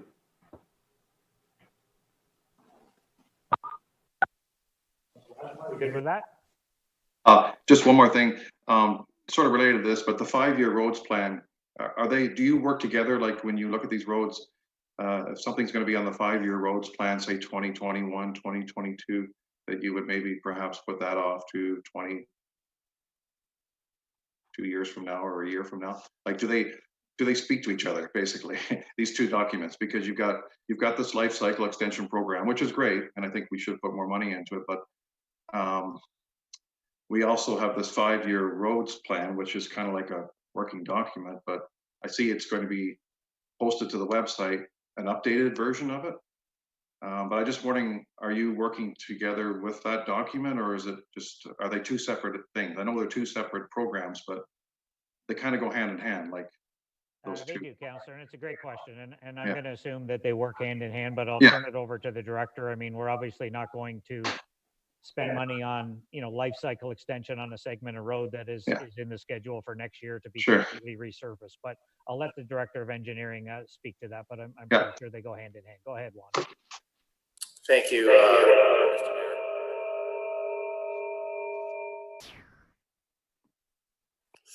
Sorry about that.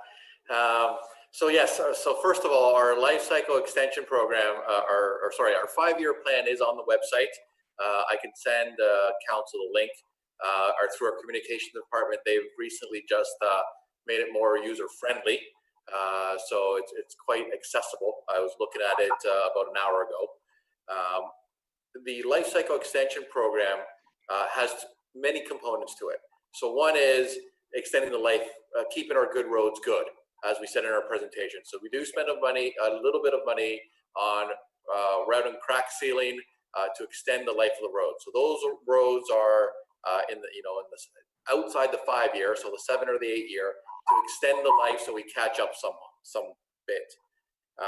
The other component of it is, again, through Public Works and roads that have experienced a harsh winter or harsh freeze-thaw cycle, and it would be not efficient to use maintenance dollars patching large potholes or potholes in close proximity to each other.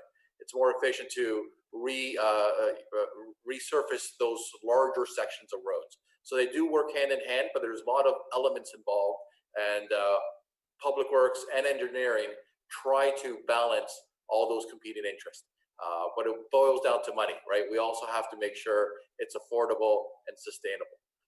But the 5-year plan is on the website, and to some extent, it works with the life cycle extension in conjunction with the severity of the spring thaw through Public Works and maintenance requirements. Thank you, Thank you, Director. You good with that, Ron? I'm good, thank you. Thank you. Are there any further questions regarding the follow-up motion? If there's none, I'll call the question. All in favor? Anyone opposed? Motion passes. Thank you. And our last report in the report section before we get into planning is item 6.7, tax policy decisions, revenue and taxation. But our Director of Corporate Services, Jennifer, there she is. Jennifer Stover is going to give us a quick overview. Go ahead. Thank you. Thank you. So in preparing to issue the final tax bills, there's a number of bylaws that we need to get approved through council. Some of them are included on the agenda today, and the others will be coming in June. So this report really just outlines the policy decisions that we need to make in preparing those final bills, and will be outlined in the bylaws that you'll see coming through. So the recommendations in this report are very consistent with the recommendations that we've made over the past several years. Normally, we would only recommend a policy change in one of the MPAC reassessment years that happens every 4 years. This year is the last of a 4-year cycle. We should be getting new current value assessments happening in 2021. However, due to the pandemic, MPAC is postponing that. We don't know till when. So these, the recommendations in this policy are consistent with what's been happening last year and the last couple of years. The only other thing I wanted to update council on is just to remind you that we did defer the April tax due date to the end of June. So in keeping with that, the plan is to also defer the final tax due days out 60 days each. So normally they would be due in June and September would normally be the dates, and we'll now be pushing those out 60 days. So the dates will be the end of August and end of November will be the due dates for the final bills. And that's it, unless there's any questions.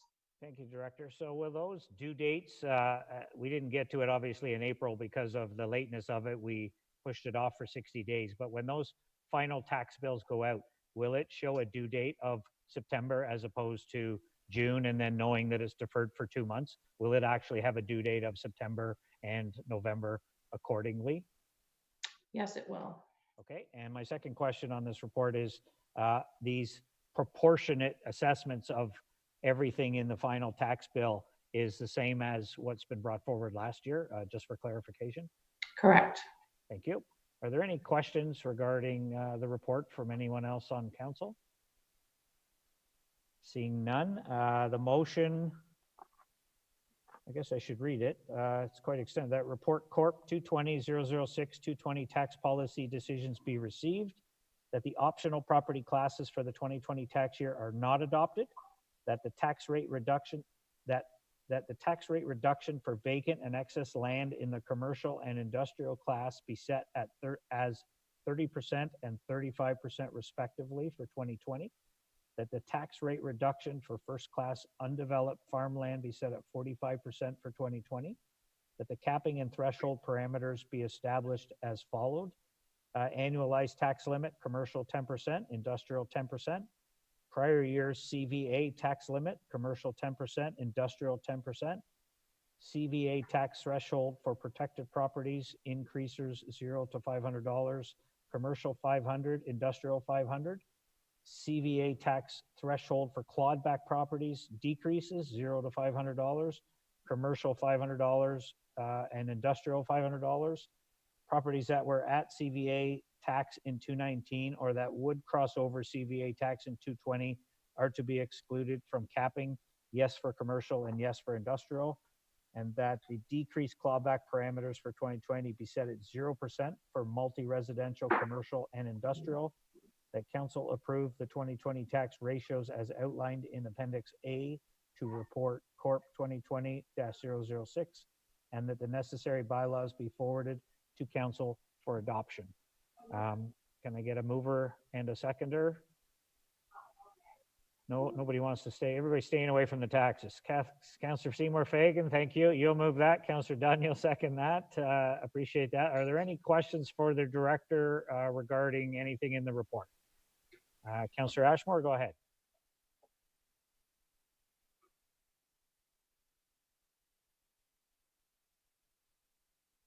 You're going to have to take your mute button off, Councillor Ashmore. You're still on mute. Yeah, here we go. That's okay. Just a question. Thank you through you to the director. So the farm tax class rate, the ratio, was it still 0.24?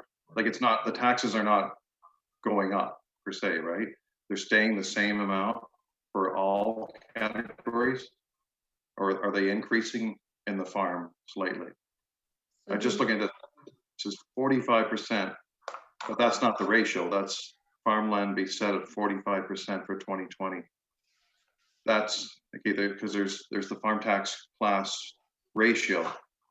If you're eligible as a tenant farmer, or if you're paying the I think it's 25% of the rate. But in other words, what I'm asking is, we're not increasing the tax ratios, are we, right now on farmland and other properties? The tax ratios are exactly the same for this year as they were for the last year and the previous year. So there's no change being recommended in this report. Okay, that's fine, Mr. Mayor. Thanks. Thank you. Are there any other further questions regarding this report? Seeing none, I'll call the question. All in favor? Thank you. Anyone opposed? Motion passes. Thank you, Director. Appreciate that very much. So we're going to go into our planning portion of the meeting. So let's take a 2-minute break. I don't know about the rest of you, but I got to get up and stretch.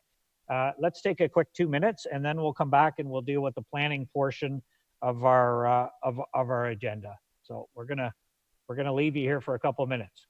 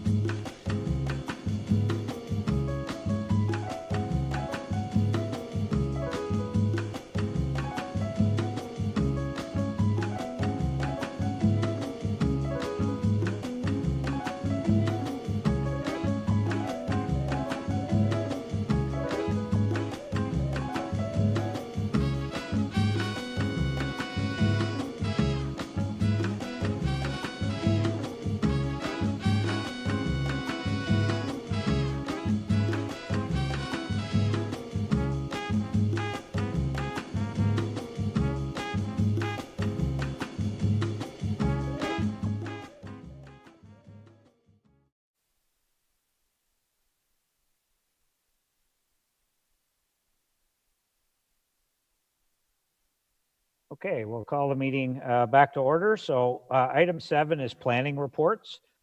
If you'll remember, we amended the process so that our planning report, some of the recommendations could come directly to council as part of our efforts to try and streamline the process, speed it up a little bit, but also to take into consideration we were in a state of emergency and accessibility and stuff like that, access to council and how we move these reports was a bit of a challenge. So it's been a good process. So I just want to remind everybody that the public portion of these meetings, if there is a public component to them, it has already been held. And this is just the final recommendation coming to council. And all these reports were posted online as part of the agenda that was put forward. So the outline you're going to get from the planners, from each planner, is not with the maps and everything coming up online. It's just going to be again a quick 2-minute overview of the report, which you all have in front of you. And if you have any questions, we'll just do what we did with the consent agenda, and we'll bring our planners in one at a time. I will ask if our Director of Development Services, Chris Marshall, will join us in this meeting just to oversee the planning portion. And if our Manager of Planning, Richard, will join us as well, then we can get started. There they are. They're both there. Welcome, gentlemen. Thank you. And our first report is item 7.1, which is the official plan and zoning bylaw amendment to facilitate a residential severance of an existing dwelling. It's a Parkridge Lifestyle Communities, and the planner on file for this one is Anna Kalnina. So there she is. Welcome, Anna. I'll just ask Anna to give us a quick overview and some of the processes, and just remind all the planners when they're going over the report if there's any public input that's been received since this was posted, just to make sure we're made aware of that and that it gets read into the report, basically. So Richard, I'll just ask you to put your thing on mute if you can. Thank you. And then I'll turn it over to Anna to give us a quick overview. Welcome, Anna, please proceed. Good afternoon, members of council. Mr. Mayor, the report before you is for amendments to the official plan and the zoning bylaw to facilitate a severance of an existing dwelling from the existing commercial recreational uses associated with Nestle Inn and Huron's Landing property. A statutory public meeting was held on March 11th of this year, and the applications were referred back to staff. The first matter considered since the public meeting was whether an expansion to the existing dwelling in the open space zone is appropriate. A place to grow growth plan generally permits expansions in the vegetative protection area, provided that expansions are limited in scope and kept within close geographical proximity to the existing structure. The development is not favorable within the floodplain or the erosion hazard as per Kawartha Conservation, and therefore open space exception 16 zone boundary is proposed generally outside of those features. Staff also proposed to limit the expansions of the dwelling in the proposed open space 16 zone to no more than 25% of the ground floor area of the existing dwelling. The 25% value is adopted from the hazard land zone in the Township of Ops zoning bylaw, which has similar intent and effect as the open space zone in question. Staff are therefore satisfied that the proposed limitations sufficiently address the requirements in the growth plan. The second matter staff considered was the remnant general rural or A1 zoned area. It was determined that a dwelling is not desirable in the remnant area and proposed that the zone A1-22 limit further single detached or vacation dwellings and recognize the undersized nature of the zoned area. Since the public meeting, comments were received from the city's agriculture development officer. She is supportive of the proposed provisions. Staff find that the applications are consistent with the provincial policy statement 2020, conform with the growth plan, and meet the intent of the City of Kawartha Lakes official plan. The staff report before you and the draft bylaws were shared with the applicant, and the applicant did not identify any further issues with the draft provisions. Further to that, staff respectfully recommend that the official plan and the zoning bylaw amendment applications be approved. Thank you. Thanks, Anna. Appreciate that. Are there any questions from council to the planner on this planning report being brought forward for approval? Seeing none, the motion, Councillor Ashmore, you had a question? Go ahead.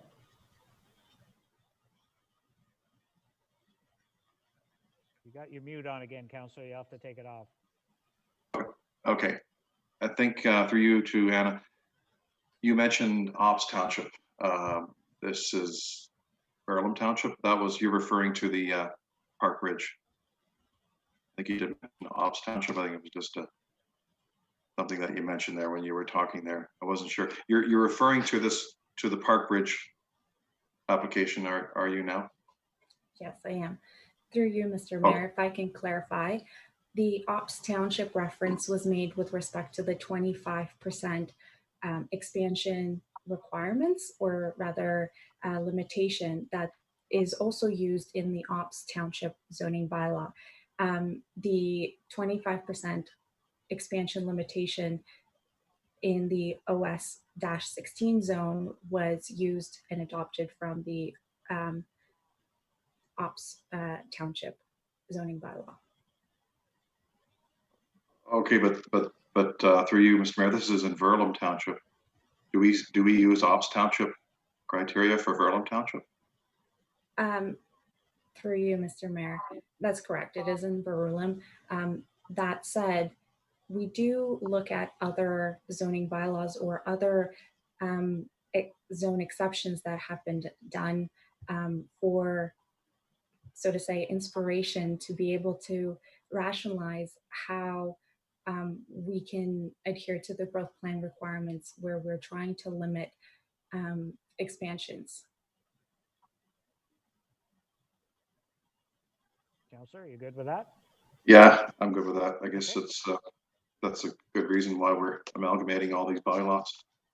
Well, it'll help just using it for guidelines, right? Guidelines that make sense in one area could certainly be used in other areas. Councillor Seymour Fagan, did you have a question? I thought I saw your hand up. No? Any other questions regarding this report for Anna? Okay, so the motion we have in front of us is that report plan 2020-012 respecting Part Lot 5, Concession 4, Geographic Township of Earlham, Park Ridge Lifestyle Communities, Inc., applications D01-220-001 and D06-220-003 be received, that a bylaw to implement the proposed official plan amendment substantially in the form attached as Appendix B to report plan 2020-012 be approved and adopted, and that the zoning bylaw amendment substantially in the form attached as Appendix C to report plan 2020-012 be approved and adopted, and that the mayor and clerk be authorized to execute any documents required by the approval of these applications. Can I get a mover and a seconder, please? Councillor Ashmore, you'll move that. Seconder? Councillor Seymour Fagan, thank you. Are there any final questions for the planner before we vote? I'll call the question then. All in favor? Thank you. Anyone opposed? Motion passes. Thank you, Anna. Appreciate your overview on that. Great work on the report. Thanks. I'll move into item 7.2. Our planner telecommunications facility endorsement application by ExploreNet Communications. Ian Walker is going to join us, the planning officer for large developments, to give us a quick overview. Is Ian Walker there? There he is. Is he coming on board? Yes, hello. Sorry, I seem to have a problem. My video's not connecting for me here, so I apologize. You can hear me though? Yeah, you're fine. Go ahead, give us the overview, and we don't need to see you to get the overview. So go ahead, Ian. Okay, thank you. Through you, Mr. Mayor. This is a telecommunications application.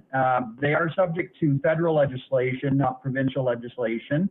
I'm just going to give a very quick overview just for the public listening in.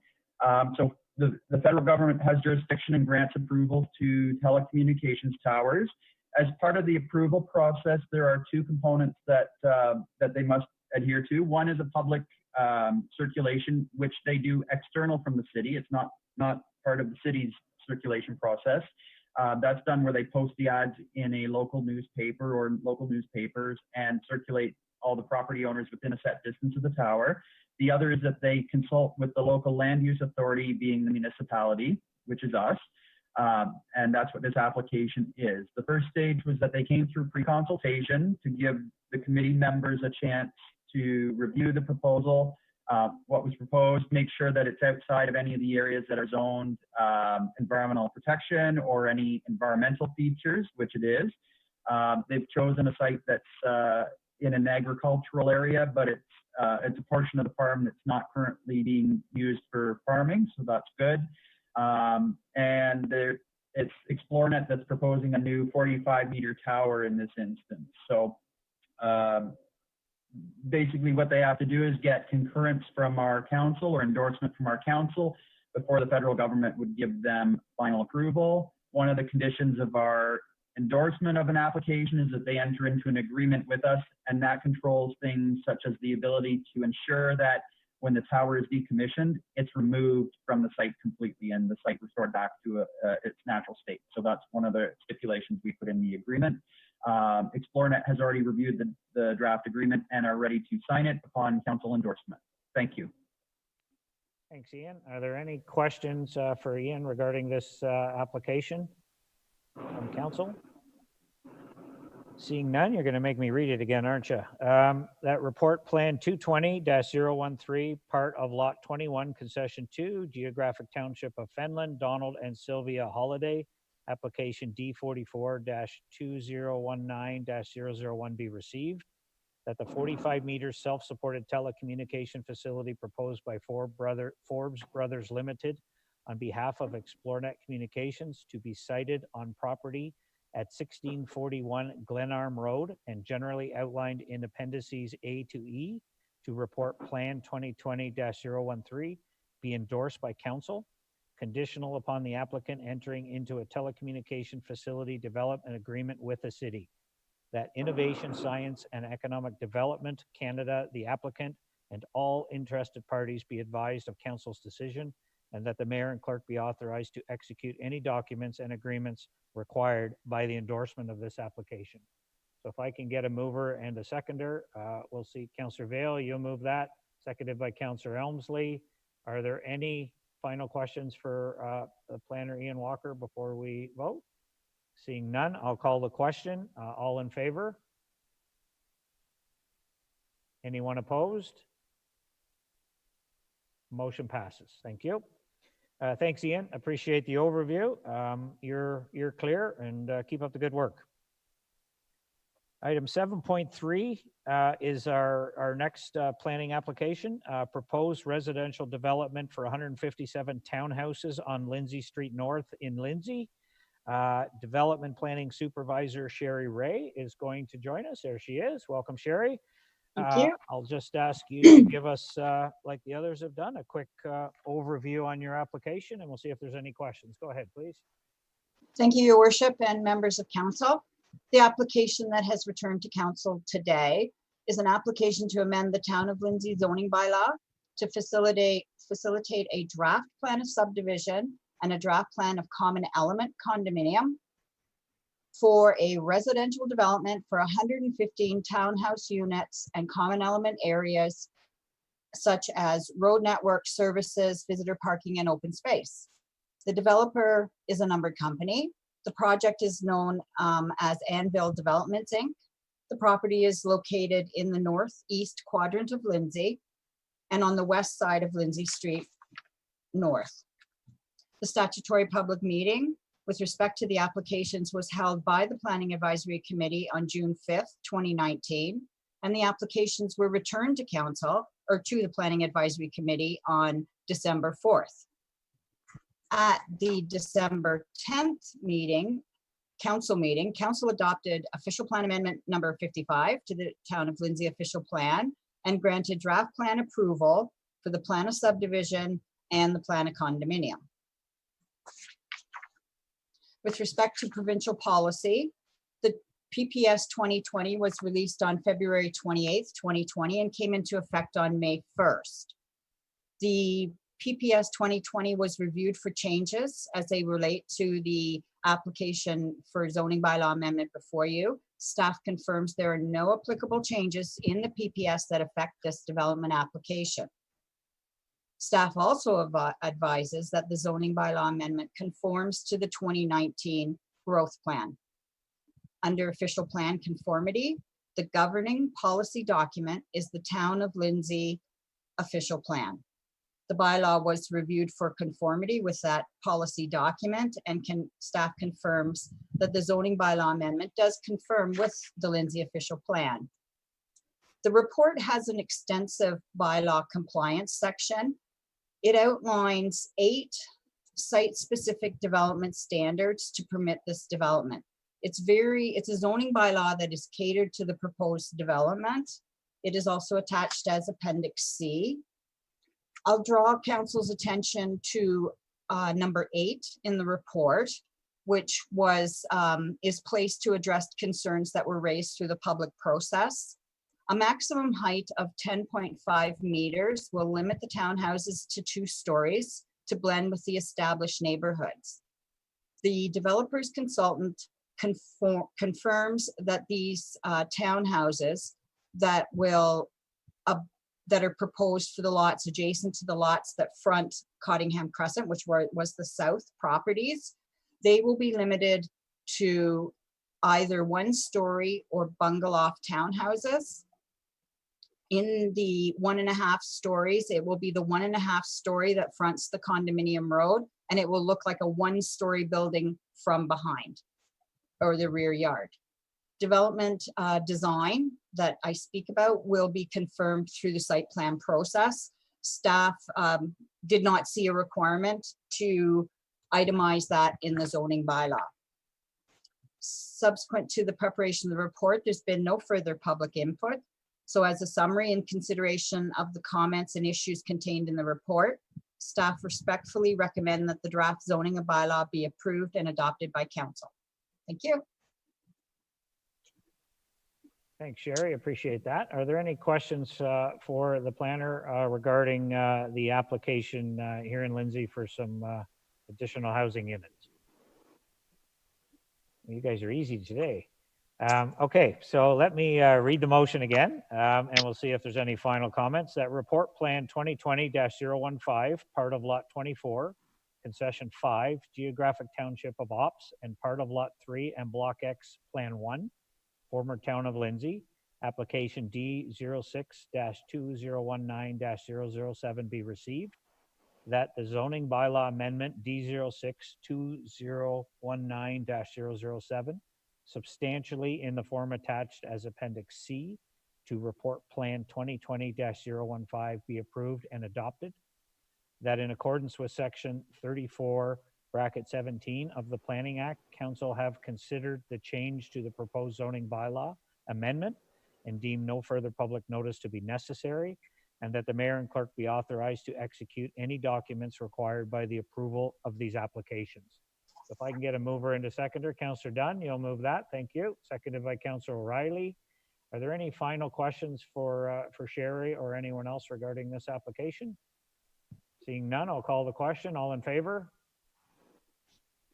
Anyone opposed? Motion passes. Thank you, Ms. Ray. Appreciate all your work on this proposal, and thanks for the update. Thank you. Thank you.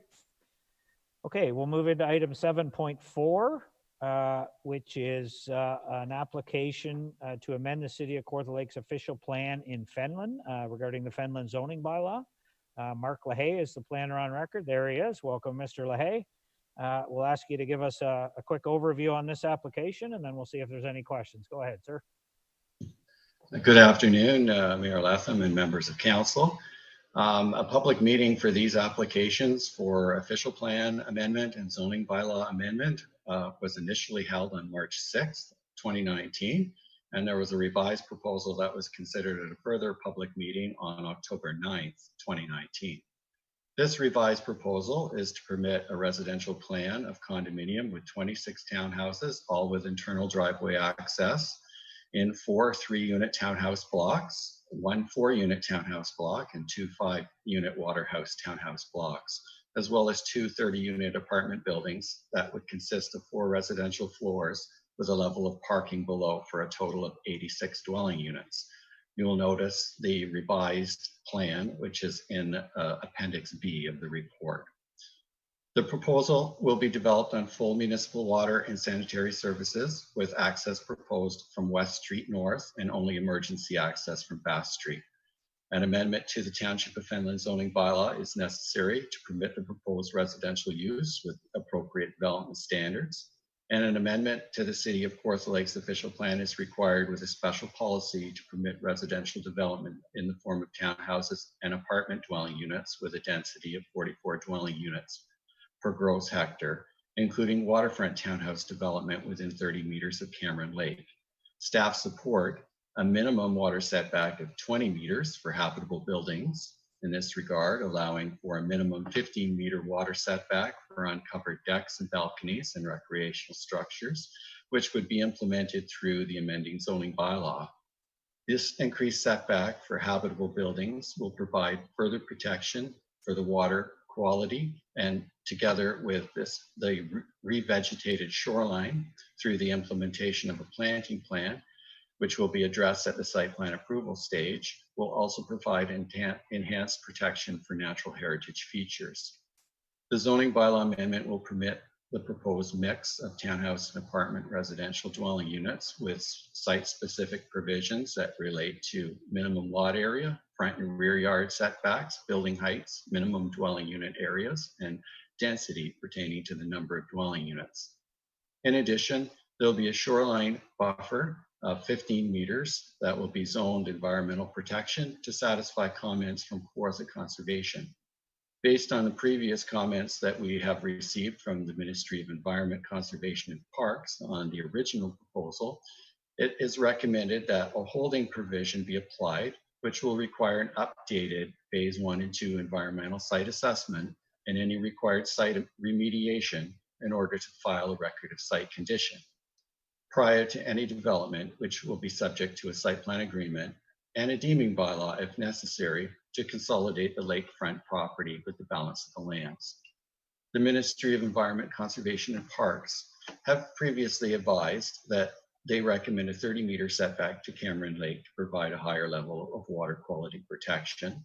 Staff are of the opinion that the comments provided in this regard are considered best management practices, which do not necessarily take into account local site conditions, and that a reduced water setback can be accommodated with the implementation of a shoreline planting restoration plan and other stormwater management features that would protect the environmental integrity and water quality and natural heritage features. In this regard, the Kawartha Conservation is satisfied with this reduced water setback with the additional protective measures to be taken. Since the writing of this report, the residents of 4 Oriole Road sent an email to reiterate their opposition and concerns from an earlier email from October 1st, 2019, that were expressed at the October 9th, 2019 public meeting. That in summary indicated that the proposed development was too dense, too high, too much of a negative environmental impact, and too much of a negative impact on current residents. In fact, the majority of the public concerns relate to building height, increased number of dwelling units, including proximity of town homes adjacent to the waterfront, environmental impact on the lake, traffic, site access, construction noise, existing site hazards, and water sewer capacity. In this regard, a shadow study was submitted that demonstrated that the buildings will not have a significant impact on adjacent properties. As well, there was a comparative analysis that was done in the context of massing, density, and neighborhood character that determined that visual impacts associated with the percentage of built-up area and coverage and height and distance between structures in the shoreline or the road are consistent with or better than neighborhood properties or comparative sites, considering augmented shoreline restoration, architectural design, landscape buffers, fencing, and green space. The Stormwater Management Plan and Environmental Impact Study with the Shoreline Planning Plan and restoration demonstrates that any negative environmental impacts to water quality or natural heritage features, including species at risk, can be mitigated. The revised traffic impact study concluded that the proposed development will not cause any operational issues and will not add significant delay or congestion to the local road network. And it also indicates that there is significant excess capacity in the existing road network. With respect to site hazards and environmental impact, the applicant has submitted both phase 1 and 2 environmental site assessments, and any additional required scope work will need to be completed in accordance with the regulations to file a record of site condition. Finally, the functional servicing report indicates that there's municipal water and sewer available along West Street North for sufficient capacity to serve this proposed development. This application conforms to the 2019 growth plan and is consistent with the 2020 provincial policy statement, which has been recently updated. The application requires a special policy amendment to conform to the City of Kawartha Lake's official plan, which would be in keeping with the general policies for residential uses of the proposed Fenelon Falls secondary plan, which is currently under appeal. Given this information in the report and the comments that have been received, staff recommends that the applications be recommended for approval. Thank you. Thanks, Mark. I had a couple of questions, but your very thorough overview has completely answered them, so thank you. Are there any further questions for Mr. LaHaye regarding this proposal coming forward? Seeing none, I'm going to read the motion again, just for clarity for the public. That report plan 2020-016 respecting being part of Lot 23, Concession 9, Parts 1 to 3, Plan 57R-8353, Parts 1 and 2, Plan 57R-2352, Lots 53 and 54, Part 3rd Street closed, Plan 190, Geographic Township of Fenelon, identified as 1939 and 67 West Street North, Muskoka D&M Corp. Applications D01-2018-006 and D06-2018-028 be received. That a bylaw to implement official plan amendment application D01-2018-006 substantially in the form attached as Appendix C to report plan 2020-016 be approved and adopted by council. And that a bylaw to implement zoning bylaw amendment application D06-208-028 substantially in the form attached as Appendix D to report plan 220-016 be approved and adopted by council, and that the mayor and clerk be authorized to execute any documents and agreements required by the approval of these applications. Can I get a mover and a seconder? Councillor Elmsley, you'll move that. Councillor Dunn, you'll second that. Thank you. Are there any final comments or questions for the planner or anyone else regarding this application? Seeing none, I'll call the question. All in favor? Thank you. Anyone opposed? Motion passes. Thanks, Mark. Appreciate all your work on that file. We're going to go over to item 7.5. which is a request by Aspire Sturgeon Developments to enter into an amending subdivision agreement for plan of subdivision 6638, Island View Estates subdivision. Richard Hawley, our manager of planning, has this file. Richard is already on the line with us, so if you'll give us a quick overview, Richard, go ahead, sir. Good afternoon, Mr. Mayor and members of council. This subdivision has a very long history that dates back to the mid-1980s when it was submitted, and when it was finally registered as a plan of subdivision in 1992. The subdivision consists of 29 lots, 3 open space blocks, and 1 block that has a common access down to the lake. The zoning would allow for a dock to be permitted, subject to TSW approval within Sturgeon Lake. Aspire Developments has, over the last year and a half, acquired 23 out of the 29 lots. And 1 of the open space blocks, that block being the waterfront access block. And due to a couple of matters in the subdivision agreement, they've requested an amending agreement. one of the issues in the subdivision agreement is that when it was originally registered, it was required that all of the open space blocks be transferred into one corporation for common ownership. That originally didn't happen, and they subsequently fell into tax arrears and were sold off to individual people. Aspire Developments has attempted to obtain those blocks, but was only able to obtain one block. There is also a performance standard within the subdivision agreement that limits the size of a pickup truck in the subdivision to a 3/4 ton pickup truck. It's an awfully small pickup truck, and I think there's probably a number of people that may want some larger vehicles in this subdivision. So the amending agreement would exempt Aspire Developments lots from these two provisions. So it wouldn't require Aspire Developments to obtain all of the blocks and turn them into common ownership. Instead, it will simply have its waterfront access block.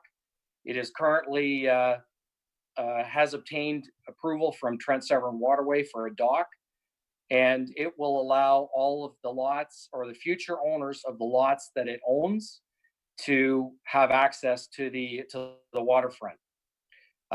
They will make arrangements for other people who eventually want to join later on and buy into the access. They'll provide it for a fee, but at this point in time, they're only looking at allowing their own lots to have access there at this time.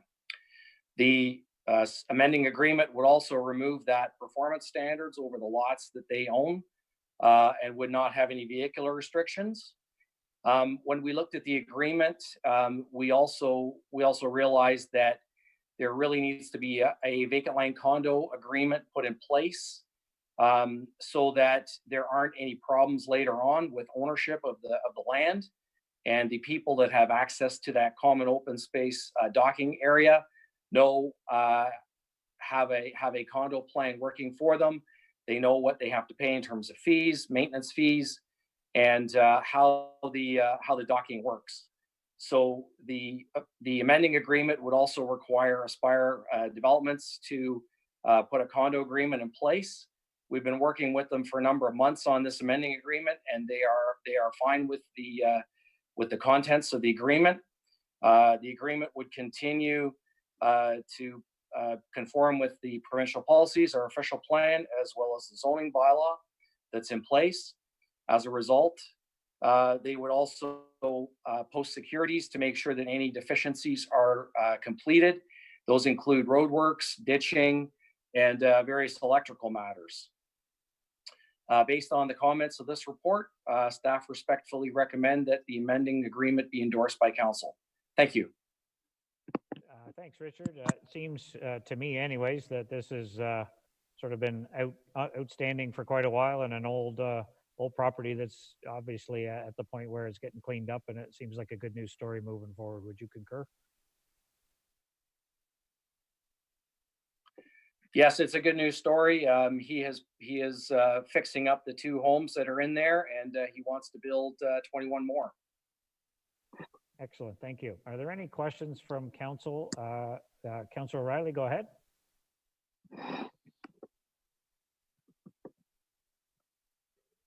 You're still on mute, Councilor.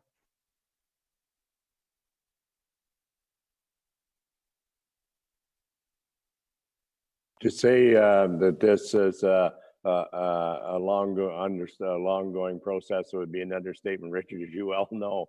My question you answered partially to that the 2 existing houses that are still there, they're going to be brought up to a standard. And also, is there any way that the people that are coming in late to the agreement to Aspire, that it will be complicated for them to get involved to the open space? Richard, go ahead. That's something that has to be negotiated between themselves and Aspire. Aspire has reached out to all of the lot owners, and none of them have been willing to participate at this time. So the Aspire has done what they can.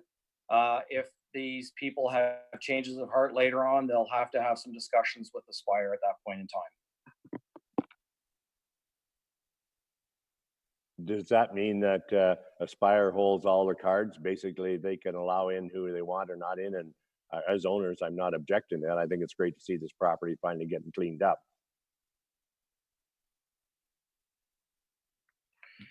Well, I mean, do they hold the cards? To some extent, yes. I mean, obviously, the property owners would have to buy their way into to their condo corporation.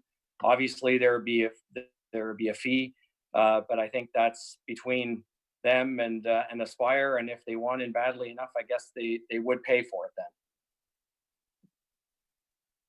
Thank you. Any further questions for Manager of Planning?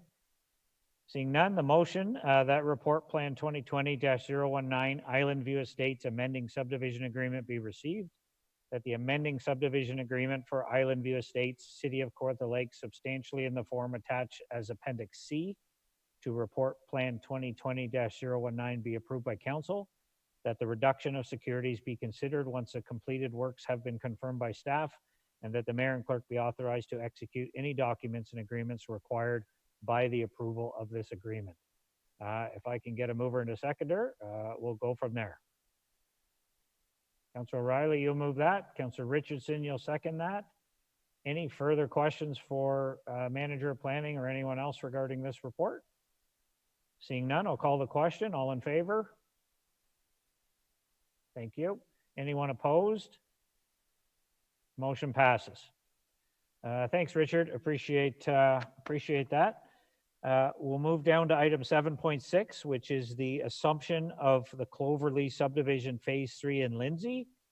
Christina Sisson is the supervisor on the report, but I believe Juan Rojas is Director of Engineering, is going to give us a quick overview. Can you just confirm, Director, this is the old golf course in Lindsay? Is that the property we're talking about here? Go ahead.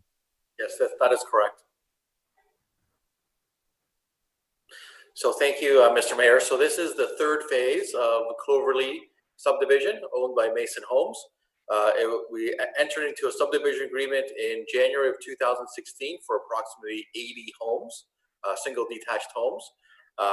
The uptake was quite quick for this subdivision. They were fully built out and paved top course asphalt in the fall of 2018. Staff have done several inspections and are satisfied that the subdivision agreement has been executed to our standards. We're satisfied with the product and the road, and we're bringing this report as part of the end process of the development process to formally assume the subdivision and release all outstanding securities back to Mason Homes. Great, thank you. Are there any questions for the director regarding this assumption? Seeing none, I'll read the motion that report ENG 220-008, assumption of Cloverleaf Phase 3 subdivision Lindsay be received, that the assumption of Cloverleaf subdivision Phase 3 Lindsay, geographic town of Lindsay, City of Kawartha Lakes be approved, that an assumption bylaw substantially in the form attached as Appendix A to report ENG 220-008 be approved and adopted by council, and that the mayor and city clerk be authorized to execute any documents and agreements required by the approval of this application. Can I get a mover? Councillor O'Reilly. Can I get a seconder? Councillor Yeo. Any further questions for the director regarding this application? Councillor Elmsley, go ahead. Thank you.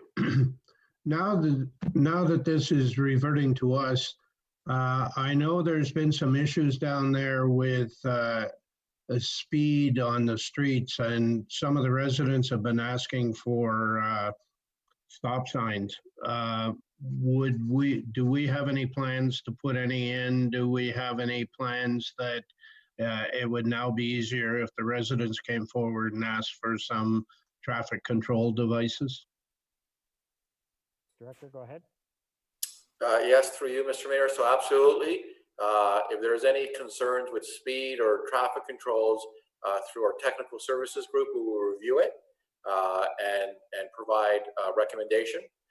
We also have a council late last year, I guess, passed a resolution for community zones and reducing speeds down. That project is currently on hold, but we are phasing it in the upcoming years. So it could fall under that community zone speed reduction as well. But definitely for any traffic concerns, they just have to contact, send me an email, and we'll do the proper warrant and evaluation. Thank you. Thank you. Councillor Richardson, did you have a question? Nope. Director, wasn't there some concern about trucks going in the back out of Commerce Place and through some of the residential area? And is there a report or something coming back to council at some point regarding either weight restrictions or something to try and alleviate some of that concern for some of the residents? Yes, through you, Mr. Mayor. So there was originally, when at the subdivision agreement stage, through the planning process, there was some concerns with the extension of Commerce and how traffic was going to flow. I would have to look up in the e-scribe whether there was a formal council resolution to report back, but I don't recall that specific concern. But I will check the e-scribe and verify. Thank you. Any further questions for the director? Councillor Yeo, go ahead. You piqued my interest, Juan, through you, Mr. Mayor. You said our speed limit sign project is on hold. When can we expect that to start up? And if staff isn't going to do it, where can I pick the signs up to get them changed? Because it is a major issue in Cobocock. Thank you. Go ahead, Director.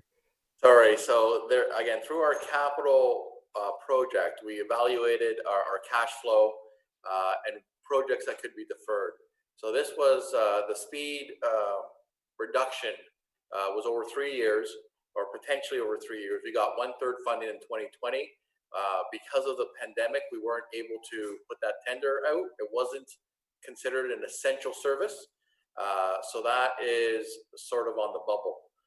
There's going to be, I believe, a formal report at the next meeting to expand on our cash flow and our capital. Maybe I spoke prematurely. I apologize for that. But that is one of the projects that is being considered to be deferred. And I will wait for the report. Thank you. Thank you. Any further questions for the director? We have a motion. I'll call the question. All in favor? Anyone opposed? Motion passes. Thank you. Thanks, Juan. Appreciate that. Item 8 is correspondence. We have none. Item 9 is bylaws. Are there any extractions from the bylaws in front of you? Seeing none, can I get a motion that the bylaws shown in section 9 of the agenda, namely items 9.1, 2, and including 9.11, be read a first, second, and third time, passed, numbered, signed, and the corporate seal attached? Councillor Vail, you'll move that. Councillor Richardson, you'll second that. Any questions, comments? Call the question. All in favor? Thank you. Anyone opposed? Motion passes. Thank you. We're going to go over to closed session is our next item on the agenda. So before we go into closed, I just want to mention that we're going to go into closed to consider items under an item under section 10 of the agenda. All remaining staff, with the exception of the CAO, city clerk, and city solicitor, are now instructed, if you would, to leave the electronic meeting at this time. As per our procedural bylaw requirements, I'm asking all remaining participants in our meeting today to confirm by raising your hands, please, that they are in a private room where, number one, no other persons can overhear the deliberations that are about to take place, and that you're not recording anything in closed, and also that the internet connection is secure and not publicly accessible. Can I just get a raise of hands that everybody confirms that that's the case moving forward? Thank you. That's confirmed. Can I get a mover and a seconder for the following motion, that council convene into closed session at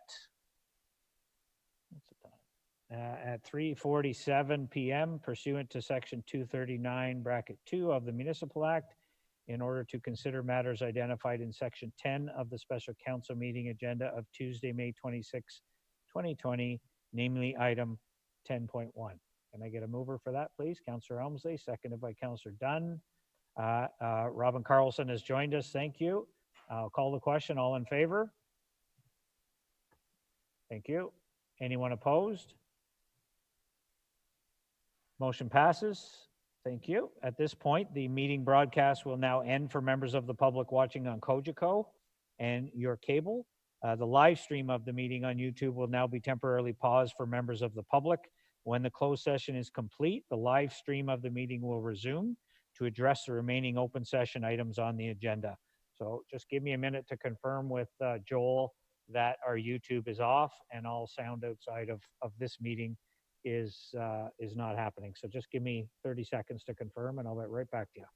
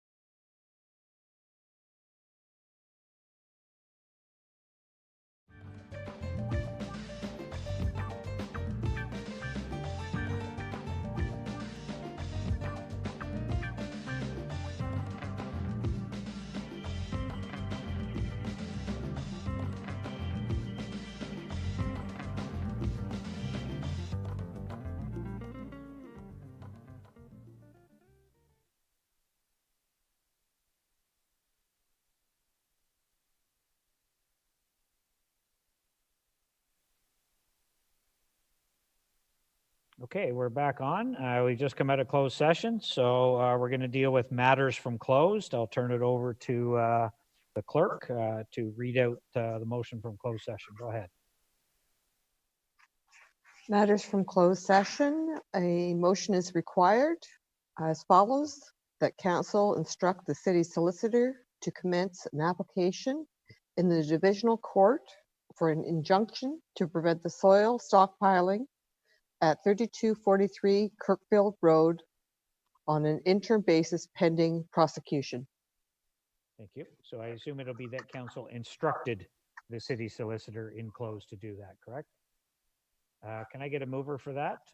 Councillor Yeo, you'll move that. Councillor Vale, you'll second that and open. Thank you.